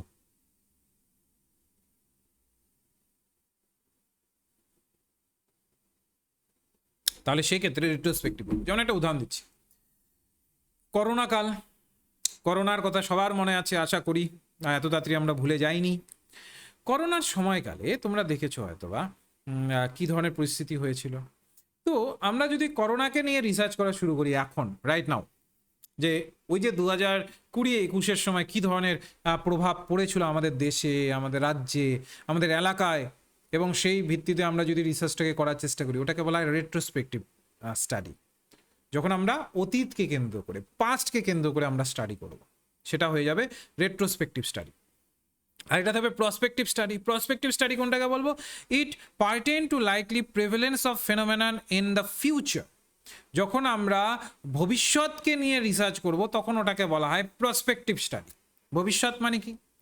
ভবিষ্যৎ মানেটা হচ্ছে, ধরে নিচ্ছি আমি করোনাকে দেখলাম এবং করোনার ভিত্তিতে আমি বললাম যে এই করোনার ভবিষ্যতে কী রকম আকার ধারণ করে নতুনভাবে ভাইরাস হয়ে আমাদের সামনে কিভাবে প্রভাব ফেলতে পারে, এগুলো নিয়ে আমি যখন রিসার্চ করব তখন সেটাকে বলা হয় হচ্ছে কি? প্রসপেকটিভ স্টাডি বলে সেটাকে। সেটাকে কি বলে? প্রসপেকটিভ স্টাডি বলে। তাহলে পরীক্ষায় যদি প্রশ্ন আসে রেট্রোস্পেকটিভ আর প্রসপেকটিভ, তাহলে জাস্ট সিম্পল ওয়ার্ডে মাথায় রাখো, অতীতকে নিয়ে যখন চর্চা করব রেট্রোস্পেকটিভ, ফিউচারকে নিয়ে যখন চর্চা করব প্রসপেকটিভ। নোটগুলো আমার এরকমই থাকে, একদম টু দ্য পয়েন্ট থাকবে, যেন কনফিউশন কোনো জায়গা থেকে না এসে পড়ে। Okay, next, study design on the basis of nature of investigation. ঠিক আছে, আমরা ইনভেস্টিগেশন যখন করি সেই ইনভেস্টিগেশনের নেচারের উপরেও কিন্তু আমরা মূলত রিসার্চকে ভাগ করে থাকি। ফর এক্সাম্পল, ধরে নাও একটা ফার্মাসিউটিক্যাল কোম্পানি আছে, ঠিক আছে, ফার্মাসিউটিক্যাল কোম্পানি আছে, তারা টেস্ট করতে চাইছে impact of a drug treating people. ধরে নিচ্ছি ফার্মাসিউটিক্যাল কোম্পানি আছে, তারা টেস্ট করতে চাইছে যে তারা যে ওষুধটা বানিয়েছে সেটা সাধারণ মানুষের উপরে কী ধরনের প্রভাব ফেলছে ওই ওষুধটা। ঠিক আছে, বলছে there is a cause and effect relationship between two variable. বলছে এখানে আমরা এই কজ অ্যান্ড এফেক্টের যে রিলেশনশিপটা আছে দুটো ভ্যারিয়েবলের মধ্যে, সেইটাকে আইডেন্টিফাই করার চেষ্টা করি। কজ অ্যান্ড এফেক্ট মানে কি? কার্য কারণ সম্পর্ক। এটাকে যদি সোজা সাপটাভাবে বোঝাই তোমাদের, তাহলে এভাবে মনে রাখো, ধরে নিচ্ছি যে রাজা মারা গেল, তার জন্য তার সাম্রাজ্য ধ্বংস হলো। তাহলে রাজা হয়ে যাচ্ছে, মারা যাওয়া হচ্ছে কারণ, তার প্রভাব কি পড়লো? সাম্রাজ্য ধ্বংস হয়ে গেল, তার এটা হয়ে যাচ্ছে মূলত এফেক্ট। তো এইভাবে কজ অ্যান্ড এফেক্ট রিলেশনশিপ হয়। তেমনি ওষুধ খাওয়ানো হলো, রোগী সুস্থ হয়ে গেল, ওষুধ খাওয়ানোটা হয়ে যাচ্ছে মূলত সেই জায়গাটা আমরা পেলাম যে সুস্থ হওয়ার কারণ, তারপরে সুস্থ হওয়াটা এফেক্ট। তো এই জায়গাগুলো আমরা বলে থাকি কজ অ্যান্ড এফেক্ট রিলেশনশিপে। মূলত এখানে কিন্তু আমরা দেখার চেষ্টা করি ইনভেস্টিগেশনটাকে। বলছে the research can be broadly classified into two for the purpose of study design, namely experimental study, non-experimental study. এই যে আমরা ইনভেস্টিগেশন করি, এই ইনভেস্টিগেশনের ভিত্তিতে আমরা রিসার্চ ডিজাইনকে দুভাগে ভাগ করি। একটা হচ্ছে এক্সপেরিমেন্টাল স্টাডি, এই যে এটা, আরেকটা হচ্ছে নন এক্সপেরিমেন্টাল স্টাডি, সেটা আসছি পরে। প্রথমে আসি এক্সপেরিমেন্টাল স্টাডি। এই এক্সপেরিমেন্ট স্টাডি যখন করব, কোনো একটা আমরা এক্সপেরিমেন্ট করে দেখার চেষ্টা করব, সেটা দুভাবে হয়। একটা হচ্ছে এক্সপেরিমেন্টাল গ্রুপের ভিত্তিতে, আর একটা হয় হচ্ছে কন্ট্রোল গ্রুপের ভিত্তিতে। আবারও রিপিট করছি, একটা এক্সপেরিমেন্ট গ্রুপের ভিত্তিতে বা এক্সপেরিমেন্টাল গ্রুপের ভিত্তিতে, আর একটা হয় হচ্ছে কন্ট্রোল গ্রুপের ভিত্তিতে। ঠিক আছে, এবার যদি পরীক্ষায় প্রশ্ন আসে সাপোজ যে এক্সপেরিমেন্টাল গ্রুপ বলতে কি বুঝি, কন্ট্রোল গ্রুপ বলতে কি বুঝি। এক্সপেরিমেন্টাল গ্রুপ হচ্ছে group receiving treatment in the experimental group, যেই গ্রুপটাতে ট্রিটমেন্ট প্রপার দেওয়া হচ্ছে। যেমন ধরে নিচ্ছি কোনো একটি স্টাডি হচ্ছে যে কোন ওষুধগুলো কতটা রোগীদের ওপরে প্রভাব ফেলছে কিনা এই ওষুধগুলো, এটা নিয়ে ধরে নেওয়া স্টাডি হচ্ছে। তাহলে সেই ক্ষেত্রে একটা এক্সপেরিমেন্টাল গ্রুপ থাকবে, কথা অনুযায়ী যেটা আমরা বুঝলাম যে একটা এক্সপেরিমেন্টাল গ্রুপ থাকবে। এই এক্সপেরিমেন্টাল গ্রুপটা মূলত যখন কিনা ওষুধকে রিসিভ করবে, তাদেরকে ওষুধ খাওয়ানো হলো, তারপরে দেখার চেষ্টা করা হলো যে তাদের রোগ ঠিকঠাক হচ্ছে কিনা, এইটাকে বলা হয় এক্সপেরিমেন্টাল গ্রুপ। আর কন্ট্রোল গ্রুপ হচ্ছে group not receiving treatment in the control group. বলছে এখানে ওষুধ খাওয়ানো হয় না। এবার তোমাদের মনে প্রশ্ন হবে, স্যার রোগী এসেছে, ওষুধ আবার কেন খাওয়ানো হবে না? এটা তাহলে কি ধরনের এক্সপেরিমেন্ট হলো? এটাই হচ্ছে এক্সপেরিমেন্টাল স্টাডি। এখানে দেখার চেষ্টা করা হয় যে একটা ওষুধ খাইয়ে আর ওষুধ না খাইয়ে একটা রোগ কতটা দ্রুততার সাথে কমছে নাকি বাড়ছে, এই যে জায়গাটা, এটাকে দেখার জন্য কন্ট্রোল গ্রুপ রাখা হয়। ঠিক আছে? তো এই জায়গাটাই মূলত দেখায়। তাহলে বোঝা যায় যে ওই ওষুধের ক্ষমতা কতটা, আর নাকি আমাদের ইমিউন সিস্টেমই ওই মানে যা করার কাজ করে ফেলে, ওষুধের দরকার পড়ে না। এই জায়গাটা দেখার জন্যই কিন্তু এক্সপেরিমেন্টাল স্টাডি করা হয়ে থাকে। ঠিক আছে? তো ওর জন্য বলেছে control in the experiment means that the researcher wants to investigate the effect of various factor on a time in the experiment. কি ধরনের প্রভাব পড়ছে সেই প্রভাবটাকে দেখার চেষ্টা করে। ঠিক আছে? এর মধ্যে একটা জায়গা থাকে যেটাকে বলি আমরা র্যান্ডমাইজেশন। এই জায়গাটা খুবই ইম্পর্টেন্ট, পরীক্ষায় আসে। র্যান্ডমাইজেশন কি মাথায় রাখবে? The selection of group experimental control group is random. আমরা যখন ধরে নিচ্ছি একটা এক্সপেরিমেন্টাল গ্রুপ নিলাম আর একটা কন্ট্রোল গ্রুপ নিলাম, এই যে দুটোকে যে আমরা সিলেক্ট করব, কারা কারা এক্সপেরিমেন্ট গ্রুপে ঢুকবে, কারা কারা কন্ট্রোল গ্রুপে ঢুকবে, এটা কিন্তু র্যান্ডমলি হবে। মানে আগের থেকে নির্ধারণ করা হবে না। আগের থেকে নির্ধারণ মানে কি? ধরে নিচ্ছি তোমরা অনেকে আমার পরিচিত রুগী রয়েছে, আমি বললাম রাম শ্যাম যদু মধু নামে যে রুগীরা আছে ওটা এক্সপেরিমেন্টাল গ্রুপে ঢুকবে, আর তারপরে যারা আছে তারা কন্ট্রোল গ্রুপে ঢুকবে। এটা হয়ে গেল প্রি ডিটারমাইন্ড। এমন করলে চলবে না, র্যান্ডমাইজেশনের মাধ্যমে করতে হবে। অর্থাৎ যারা আছে তাদের মধ্যে মানে ধরতে পারো যে র্যান্ডমলি চুজ করতে হবে যে আচ্ছা আপনি আপনি আপনি আসুন, আপনি এক্সপেরিমেন্টাল গ্রুপে ঢুকুন, আপনি আপনি আপনি আসুন, আপনি কন্ট্রোল গ্রুপে ঢুকুন। এর জন্য বলা হয় যে এক্সপেরিমেন্টাল গ্রুপের র্যান্ডমাইজেশনকে গুরুত্ব দেওয়া হয়। পরীক্ষা কিন্তু আসে কোন ধরনের স্টাডিতে আমরা র্যান্ডমাইজেশনকে প্রায়োরিটি দিই, সেটা হয়ে যাবে এক্সপেরিমেন্টাল স্টাডিতে। All participant have equal chance to being chosen experiment group and control group. বলছে যখন আমরা র্যান্ডমলি সিলেক্ট করব, সমস্ত পার্টিসিপেন্টসদের ইকুয়াল তাদের বলতে পারি যে চান্সেস থাকবে এই এক্সপেরিমেন্ট গ্রুপ বা কন্ট্রোল গ্রুপের মধ্যে স্থান নেওয়ার। ঠিক আছে? বলছে the larger the number of participant the greater the chance of group will be present the population. বলছে যত বেশি পার্টিসিপেন্ট থাকবে তত বেশি পরিমাণে আমরা পপুলেশনকে রিপ্রেজেন্ট করতে পারবো, তত ভালো পরিমাণে আমরা পপুলেশনকে রিপ্রেজেন্ট করতে পারবো। এর জন্যই বলা হয় র্যান্ডমাইজেশনের এতটাই গুরুত্ব রয়েছে। ওকে? আরেকটা থাকে নন এক্সপেরিমেন্টাল স্টাডি। নন এক্সপেরিমেন্টাল স্টাডির মধ্যে আমরা অ্যাকশন রিসার্চ পেয়ে যাই, কোহোর্ট স্টাডি পেয়ে যাই, আর প্লেসিবো ডিজাইন পেয়ে যাই। ঠিক আছে? এগুলো সব নন এক্সপেরিমেন্টাল। পরীক্ষা কিন্তু আসে নন এক্সপেরিমেন্টের মধ্যে কোনটাকে আমরা রাখি, তারপরে হয়তো বা অপশন দিয়ে দেবে অ্যাকশনকে রাখি না, মানে এরকম অপশন দিয়ে তোমাকে কিন্তু ধরতে বলবে। এই তিনটেই ভেবো না যে এখানে রাইট চিহ্ন দিয়েছি বলে শুধু কোহোর্টকে বোঝায়, এটা কোনো কারণে টিক চিহ্ন পড়ে আছে। তিনটেকেই কিন্তু বলি আমরা নন এক্সপেরিমেন্টাল স্টাডি, এটা কিন্তু মাথায় রাখবে। অ্যাকশন রিসার্চে আমরা কি করি? দ্রুততার সাথে একটা আউটকামকে পাওয়ার উপরে গুরুত্ব দিই, মানে দ্রুততার সাথে রেজাল্ট পাবো, মানে এখনই ওষুধ খাইয়ে দিলাম সাথে সাথে যেন সেরে যায়, একটা দ্রুততার সাথে সলিউশন যেন পেয়ে যাই, ইমিডিয়েট যেন আমরা অ্যাপ্লাই করতে পারি, এটার জন্য অ্যাকশন রিসার্চ। কোহোর্ট স্টাডি একটা সময়কে কেন্দ্র করে, ধরে নাও আমি চাইছি 2000 থেকে 2005 পর্যন্ত যেই ধরনের বাচ্চারা জন্মগ্রহণ করেছে, এই 2000 থেকে 2005-এর যে ধরনের বাচ্চারা জন্মগ্রহণ করেছে তাদের উপরে আমি একটা রিসার্চ করতে চাইছি। যদি এইভাবে একটা টাইমকে কেন্দ্র করে আমি রিসার্চটাকে করার গুরুত্ব দিই, তাহলে ওটাকে বলবো আমরা কোহোর্ট স্টাডি। আর প্লেসিবো ডিজাইন তো এটা আমাদের মেডিকেল সায়েন্সে করা হয়। প্লেসিবো অর্থাৎ একটা গ্রুপকে আমরা ট্রিটমেন্ট দিই আর একটাকে দিই না। ওই যে যেমনটা আমরা কন্ট্রোল গ্রুপে দেখলাম, দেখার চেষ্টা করি যে কার কতটা দ্রুততার সাথে মূলত একটা আউটকামকে আমরা পেতে পারছি। ঠিক আছে? তো তো এইগুলো কিন্তু আমাদের এক্সপেরিমেন্টাল ভিত্তিতে হয়ে থাকে। এরপরে আমরা কিছু ডেটা কালেকশন করি। এই যে এগুলোকে আমি তোমাদের নেক্সট ধরে নাও ক্লাসে পড়িয়ে দেবো। ওকে? এই জায়গাগুলো আমি নেক্সট ক্লাসে পড়াবো তোমাদের, যেন কিনা এই যে পপুলেশন স্যাম্পল, যেন কিনা সমস্ত বিষয়কে সঠিকভাবে সঠিক জায়গাতে আমরা ধরতে পারি। সবগুলো নোটস একদম খুব ভালোভাবে ইজি ওয়েতে এক্সপ্লেন করার মতো করে তৈরি করা আছে, যেন কিনা সহজেই সবগুলোকে ধরা যায়। ওকে? তো এগুলোতে আমি পরে আসছি। এবার আসি মূলত আমাদের যে কনসেপ্টগুলো আজকে যতটুকু আমি পড়ালাম, এই যে কনসেপ্টগুলো, এই যে আমি ধরে নেওয়া স্টাডি ডিজাইন পড়ালাম, এই যে স্টেপস অফ রিসার্চের জায়গাগুলোকে পড়ালাম, আশা করি বুঝতে পেরেছো। এইভাবেই আমাদের যে ব্যাচটা শুরু হচ্ছে, কর্ণ ব্যাচ পেপার ওয়ানের, এই যে 15 তারিখ থেকে, ঠিক আছে তো, আজকে কত তারিখ, 13 তারিখ, 15 তারিখ অর্থাৎ পরশুদিন থেকে যে এই ব্যাচটি শুরু হচ্ছে, এইভাবেই কিন্তু এগোবে।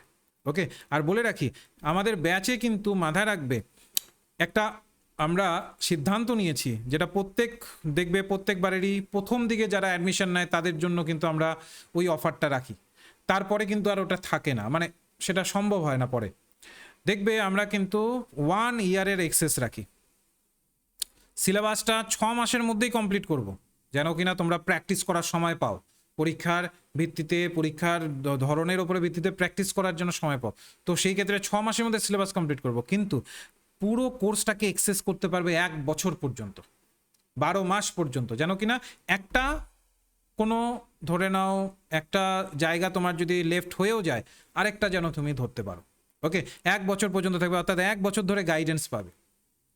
মক টেস্ট রেগুলার আসবে, রেগুলার ম্যানারে তুমি মক টেস্ট দিতে পারবে, প্রতিনিয়ত দেখবে অ্যাপের মধ্যে আপডেট পেতে থাকবে, অ্যাপের মধ্যে ডিরেক্টলি জয়েন হতে পারবে। ওকে তো, আর আমাদের যে ক্লাসেসগুলো হবে সব রাত্রের দিকে হবে, যেন কিনা সবাই অ্যাটেন্ড করতে পারি, সবাই যেন অ্যাটেন্ড করতে পারি। ধরে নাও 9টা থেকে 9:30-9:30-এর মধ্যে আমাদের ক্লাসেস শুরু হবে, আর মাথায় রাখবে 2 ঘন্টার ক্লাস হবে, 2 আওয়ার্সের ক্লাস হবে।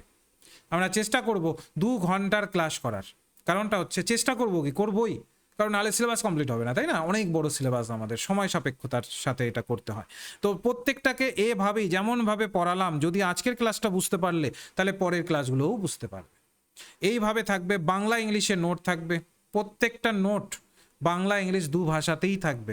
ইভেন তোমাদের যে কোশ্চেন ব্যাংক দেবো আমি, সেটাও বাংলা ইংলিশ 2 ভাষাতেই কোশ্চেন ব্যাংক থাকবে, ঠিক আছে? যেন কিনা সহজে সেগুলোকে স্টাডি করতে পারো, সহজে সেগুলোকে বুঝতে পারো যে কোন জায়গাতে কী ধরনের প্রশ্ন আসলো, এইটা থাকবে।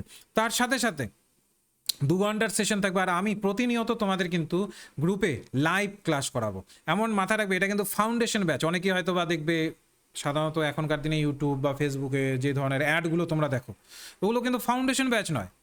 ধরে নিচ্ছি যে আগের থেকে চলে আসছে, ওগুলোকে জাস্ট নতুনভাবে রিনিউ করিয়ে কিছু রেকর্ডেড ক্লাস দিয়ে ওগুলোকে তোমাদের ব্যাচ আকারে দিয়ে দেওয়া হয়।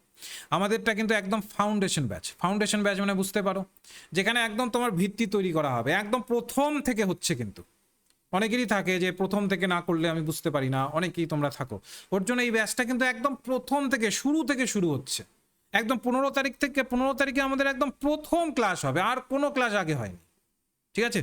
তো ফাউন্ডেশন ব্যাচ তো বুঝতেই পারছো, শুরু থেকে শুরু হবে। সবাই চেষ্টা করো প্রথম দিক থেকেই যুক্ত থাকার। আমি তোমাদের বলছি, যেভাবে আমি তোমাদেরকে স্টাডি ডিজাইন, মানে যেমনভাবে তোমাদের পড়ালাম আমি স্টাডি ডিজাইন, ওই রকমভাবে আমিও তোমাদেরকে রোড ম্যাপ তৈরি করে দেবো, স্টাডি ডিজাইন তৈরি করে দেবো। আমি তোমাদেরকে কথা দিলাম, যদি যেভাবে রোড ম্যাপ আমি তোমাদের দেবো, যদি ঠিকঠাকভাবে ওটাকে কভার আপ করতে পারো, যদি ঠিকঠাকভাবে প্রত্যেক দিনের ক্লাস, প্রত্যেকটা মক টেস্ট যেভাবে তোমাদেরকে নিয়ে যাবো ওভাবে করতে পারো, এই যে ডিসেম্বর আসবে সেটাতে তুমি দেখবে তুমি কিন্তু কোয়ালিফাই করে বেরিয়ে আসবে। 2টো পরীক্ষা একসাথে হবে, ওর জন্য আমরা আগের থেকে ক্লাস শুরু করি, ঠিক আছে? কারণ আমার বিশ্বাস, এবং তোমরাও দেখবে, কখনো ওই 2-3 মাস পরে কোয়ালিফাই করা যায়, বা 1 মাস পরে কোয়ালিফাই করা যায় না। এই মানে নেট সেটের মতো পরীক্ষা মিনিমাম 6 থেকে 7 মাস আগের থেকেই শুরু করতে হয়। তো সেই জায়গাটা কিন্তু এখানে থাকবে, আর পুরো 1 বছরে এক্সেস পাবে। মান্থলি ফিস দেওয়ার সিস্টেম আছে, নিশ্চয়ই অ্যাপে দেখেছো। যাদের যাদের এখনো পর্যন্ত ফি স্ট্রাকচার বা এই জায়গাগুলো সম্পর্কে ধারণা নেই, তারা এই নম্বরটাতে দেখো, উপরের দিকে যে নম্বরটা আছে, এই যে দেখো উপরের দিকে, এখানে নম্বরটা পেয়ে যাবে, এই যে উপরের দিকে 9064253244, এই নম্বরটাতে হোয়াটসঅ্যাপ করবে, পুরো ফি স্ট্রাকচার পেয়ে যাবে। তারপর তোমার ডিসিশন তুমি পড়বে কি না। যদি মনে হয় যে এতটা এক্সপ্লেন করে, এতটা বিষয়কে এক্সপ্লেন করে অন্য জায়গাতেও তোমাদের ওই ফি স্ট্রাকচারের মধ্যে বা কমে পড়িয়ে দেয় কেউ, তাহলে অবশ্যই সেক্ষেত্রে তোমরা সেই জায়গাটাও আমাকে জানাতে পারো। কিন্তু আমি তোমাদেরকে বলতে পারি, এই জায়গাগুলো যেমনভাবে পড়ালাম তেমনভাবেই কিন্তু প্রত্যেকটা বিষয় তোমাদেরকে ধরানো হবে। তো যদি তোমাদের ভালো লেগে থাকে, বা যদি মনে হয় যে তোমরা এই ক্লাসেসগুলোতে যুক্ত হতে চাও, তাহলে আজকেই কিন্তু আমাদের এই যে ক্লাস শেষ হবে, তারপরে থেকে অ্যাডমিশন পোর্টাল আমাদের ওপেন হয়ে যাবে। তো সেই জায়গাতে তোমরা করতে পারো, ইভেন আমাদের অ্যাপ থেকেও তোমরা জয়েন করতে পারো, যেটা তোমাদের ইচ্ছে। ওকে, তো কি বললাম, অফারের কথা কি বললাম আমি, 1 বছরের তোমরা কিন্তু এক্সেস পাবে যারা যারা এই ব্যাচে জয়েন করবে, শুরুর দিকে জয়েন করবে, তারা কিন্তু 1 বছরের এক্সেস পাবে। যেন কিনা এই জায়গাটা তোমাদের হাতছাড়া না হয়। আবারও বলছি, প্রত্যেকটা বিষয়কে ধরে ধরে ধরে ধরে যেমনভাবে পড়ালাম এমনভাবেই তোমাদেরকে আমি প্রত্যেকটা চ্যাপ্টারকে পড়াবো, প্রত্যেকটা ইচ অ্যান্ড এভরি চ্যাপ্টার। সেই জায়গাগুলো যেগুলো যেগুলো কনসেপচুয়াল, এই জায়গা থেকে হবে। কারণ পেপার 1 কনসেপ্ট ছাড়া কিন্তু পাস করা অসম্ভব। কেউ যদি বলে যে তুমি এভাবে পড়ো হয়ে যাবে, হবে না। তুমি নিজেই ট্রাই করে দেখো, 6 মাস 7 মাস 1 বছর দেখবে, তাহলে বুঝতে পারবে। অনেকেই ভাবো তোমরা যে স্যার পেপার 1টাতে কেন আমি পরিশ্রম করবো, পেপার 2টাতে কেন জাস্ট আমি বেশি নম্বর তুলবো, তাহলেই তো হয়ে গেল। ট্রাই করে দেখো। পেপার 2তে নির্দিষ্ট কিছু সংখ্যক কোশ্চেন ঠিক করার পরে আর ঠিক করা যায় না। তখন পেপার 1 যারা কোয়ালিফাই করে তারাই কোয়ালিফাই করতে পারে। এর জন্যই পেপার 1-এর এতটাই গুরুত্ব আমাদের নেট সেটের ক্ষেত্রে। তো আশা করি ক্লাসটি ভালো লেগেছে। যদি ভালো লাগে তাহলে লাইক করে দেবে ক্লাসটিকে, যেন এই ধরনের ক্লাসেসগুলো তোমরা যারা থাকবে পরবর্তীকালে, আমি এই ধরনের ক্লাসেসগুলোই তোমাদের জন্য প্রতিনিয়ত নিয়ে আসতে পারি। ঠিক আছে? আর আবারও বলছি, ঘাবড়ানোর কিছু নেই। অনেকেই থাকো যারা বুঝতে পারো না যে স্যার পারবো কি আমি বলছি, আমি যতটা সোজা সাপটাভাবে বুঝিয়ে দিই, একটি ছোট বাচ্চাও যদি এই ক্লাসেসগুলোকে করে সেও ধরতে পারবে। বুকিশ ল্যাঙ্গুয়েজের ভিত্তিতে তুমি যদি বোঝার চেষ্টা করো যে স্যার বইয়ে এত কঠিন করে আছে, ও বইয়ে থাকবেই কঠিন করে। ওগুলোর ভিত্তিতে আমাদেরকে চেষ্টা করতে হবে আমরা যেন সোজাভাবে বিষয়গুলোকে আয়ত্ত করতে পারি। কারণ একটা জিনিস মাথায় রাখবে, হার্ডওয়ার্কিং তো দরকারই, তার সাথে সাথে স্মার্ট ওয়ার্কও দরকার। স্মার্ট ওয়ার্ক করতে হবে, স্মার্টলি মনে রাখতে হবে, স্মার্টলি আমাদের মাইন্ড ম্যাপ তৈরি করতে হবে। জাস্ট ওই তথাকথিত গড় করে মুখস্থ করে গেলাম কিছু জিনিস, ওভাবে পরীক্ষাতে তুমি ওটা অ্যাপ্লাই করতে পারবে না, আর হুবাহু তো কখনোই পাবে না। পেপার এটা অ্যাসিস্ট্যান্ট প্রফেসরের পরীক্ষা, এখানে কোনো জিনিস হুবাহু আসে না। এখানে তোমাকে কনসেপচুয়াল বেসিসে দেবে, ওই কনসেপ্টগুলোকে ধরতে হবে। আর ওই কনসেপ্ট আমি তোমাদের নিখুঁতভাবে ক্লিয়ার করে দিতে সক্ষম। তো যদি তোমরা চাও অবশ্যই জয়েন করে নেবে। আমি নম্বরটা দিয়ে দিলাম, ওপরে দেখো, ওপরেই আছে, জয়েন করে নিও। ঠিক আছে, তাহলে আজকে এই পর্যন্তই রইলো, রাখছি তাহলে। ঠিক আছে, তাহলে নেক্সট ক্লাসে পরশুদিন দেখা হচ্ছে। ওকে, রাখছি। ভালো থেকো সবাই।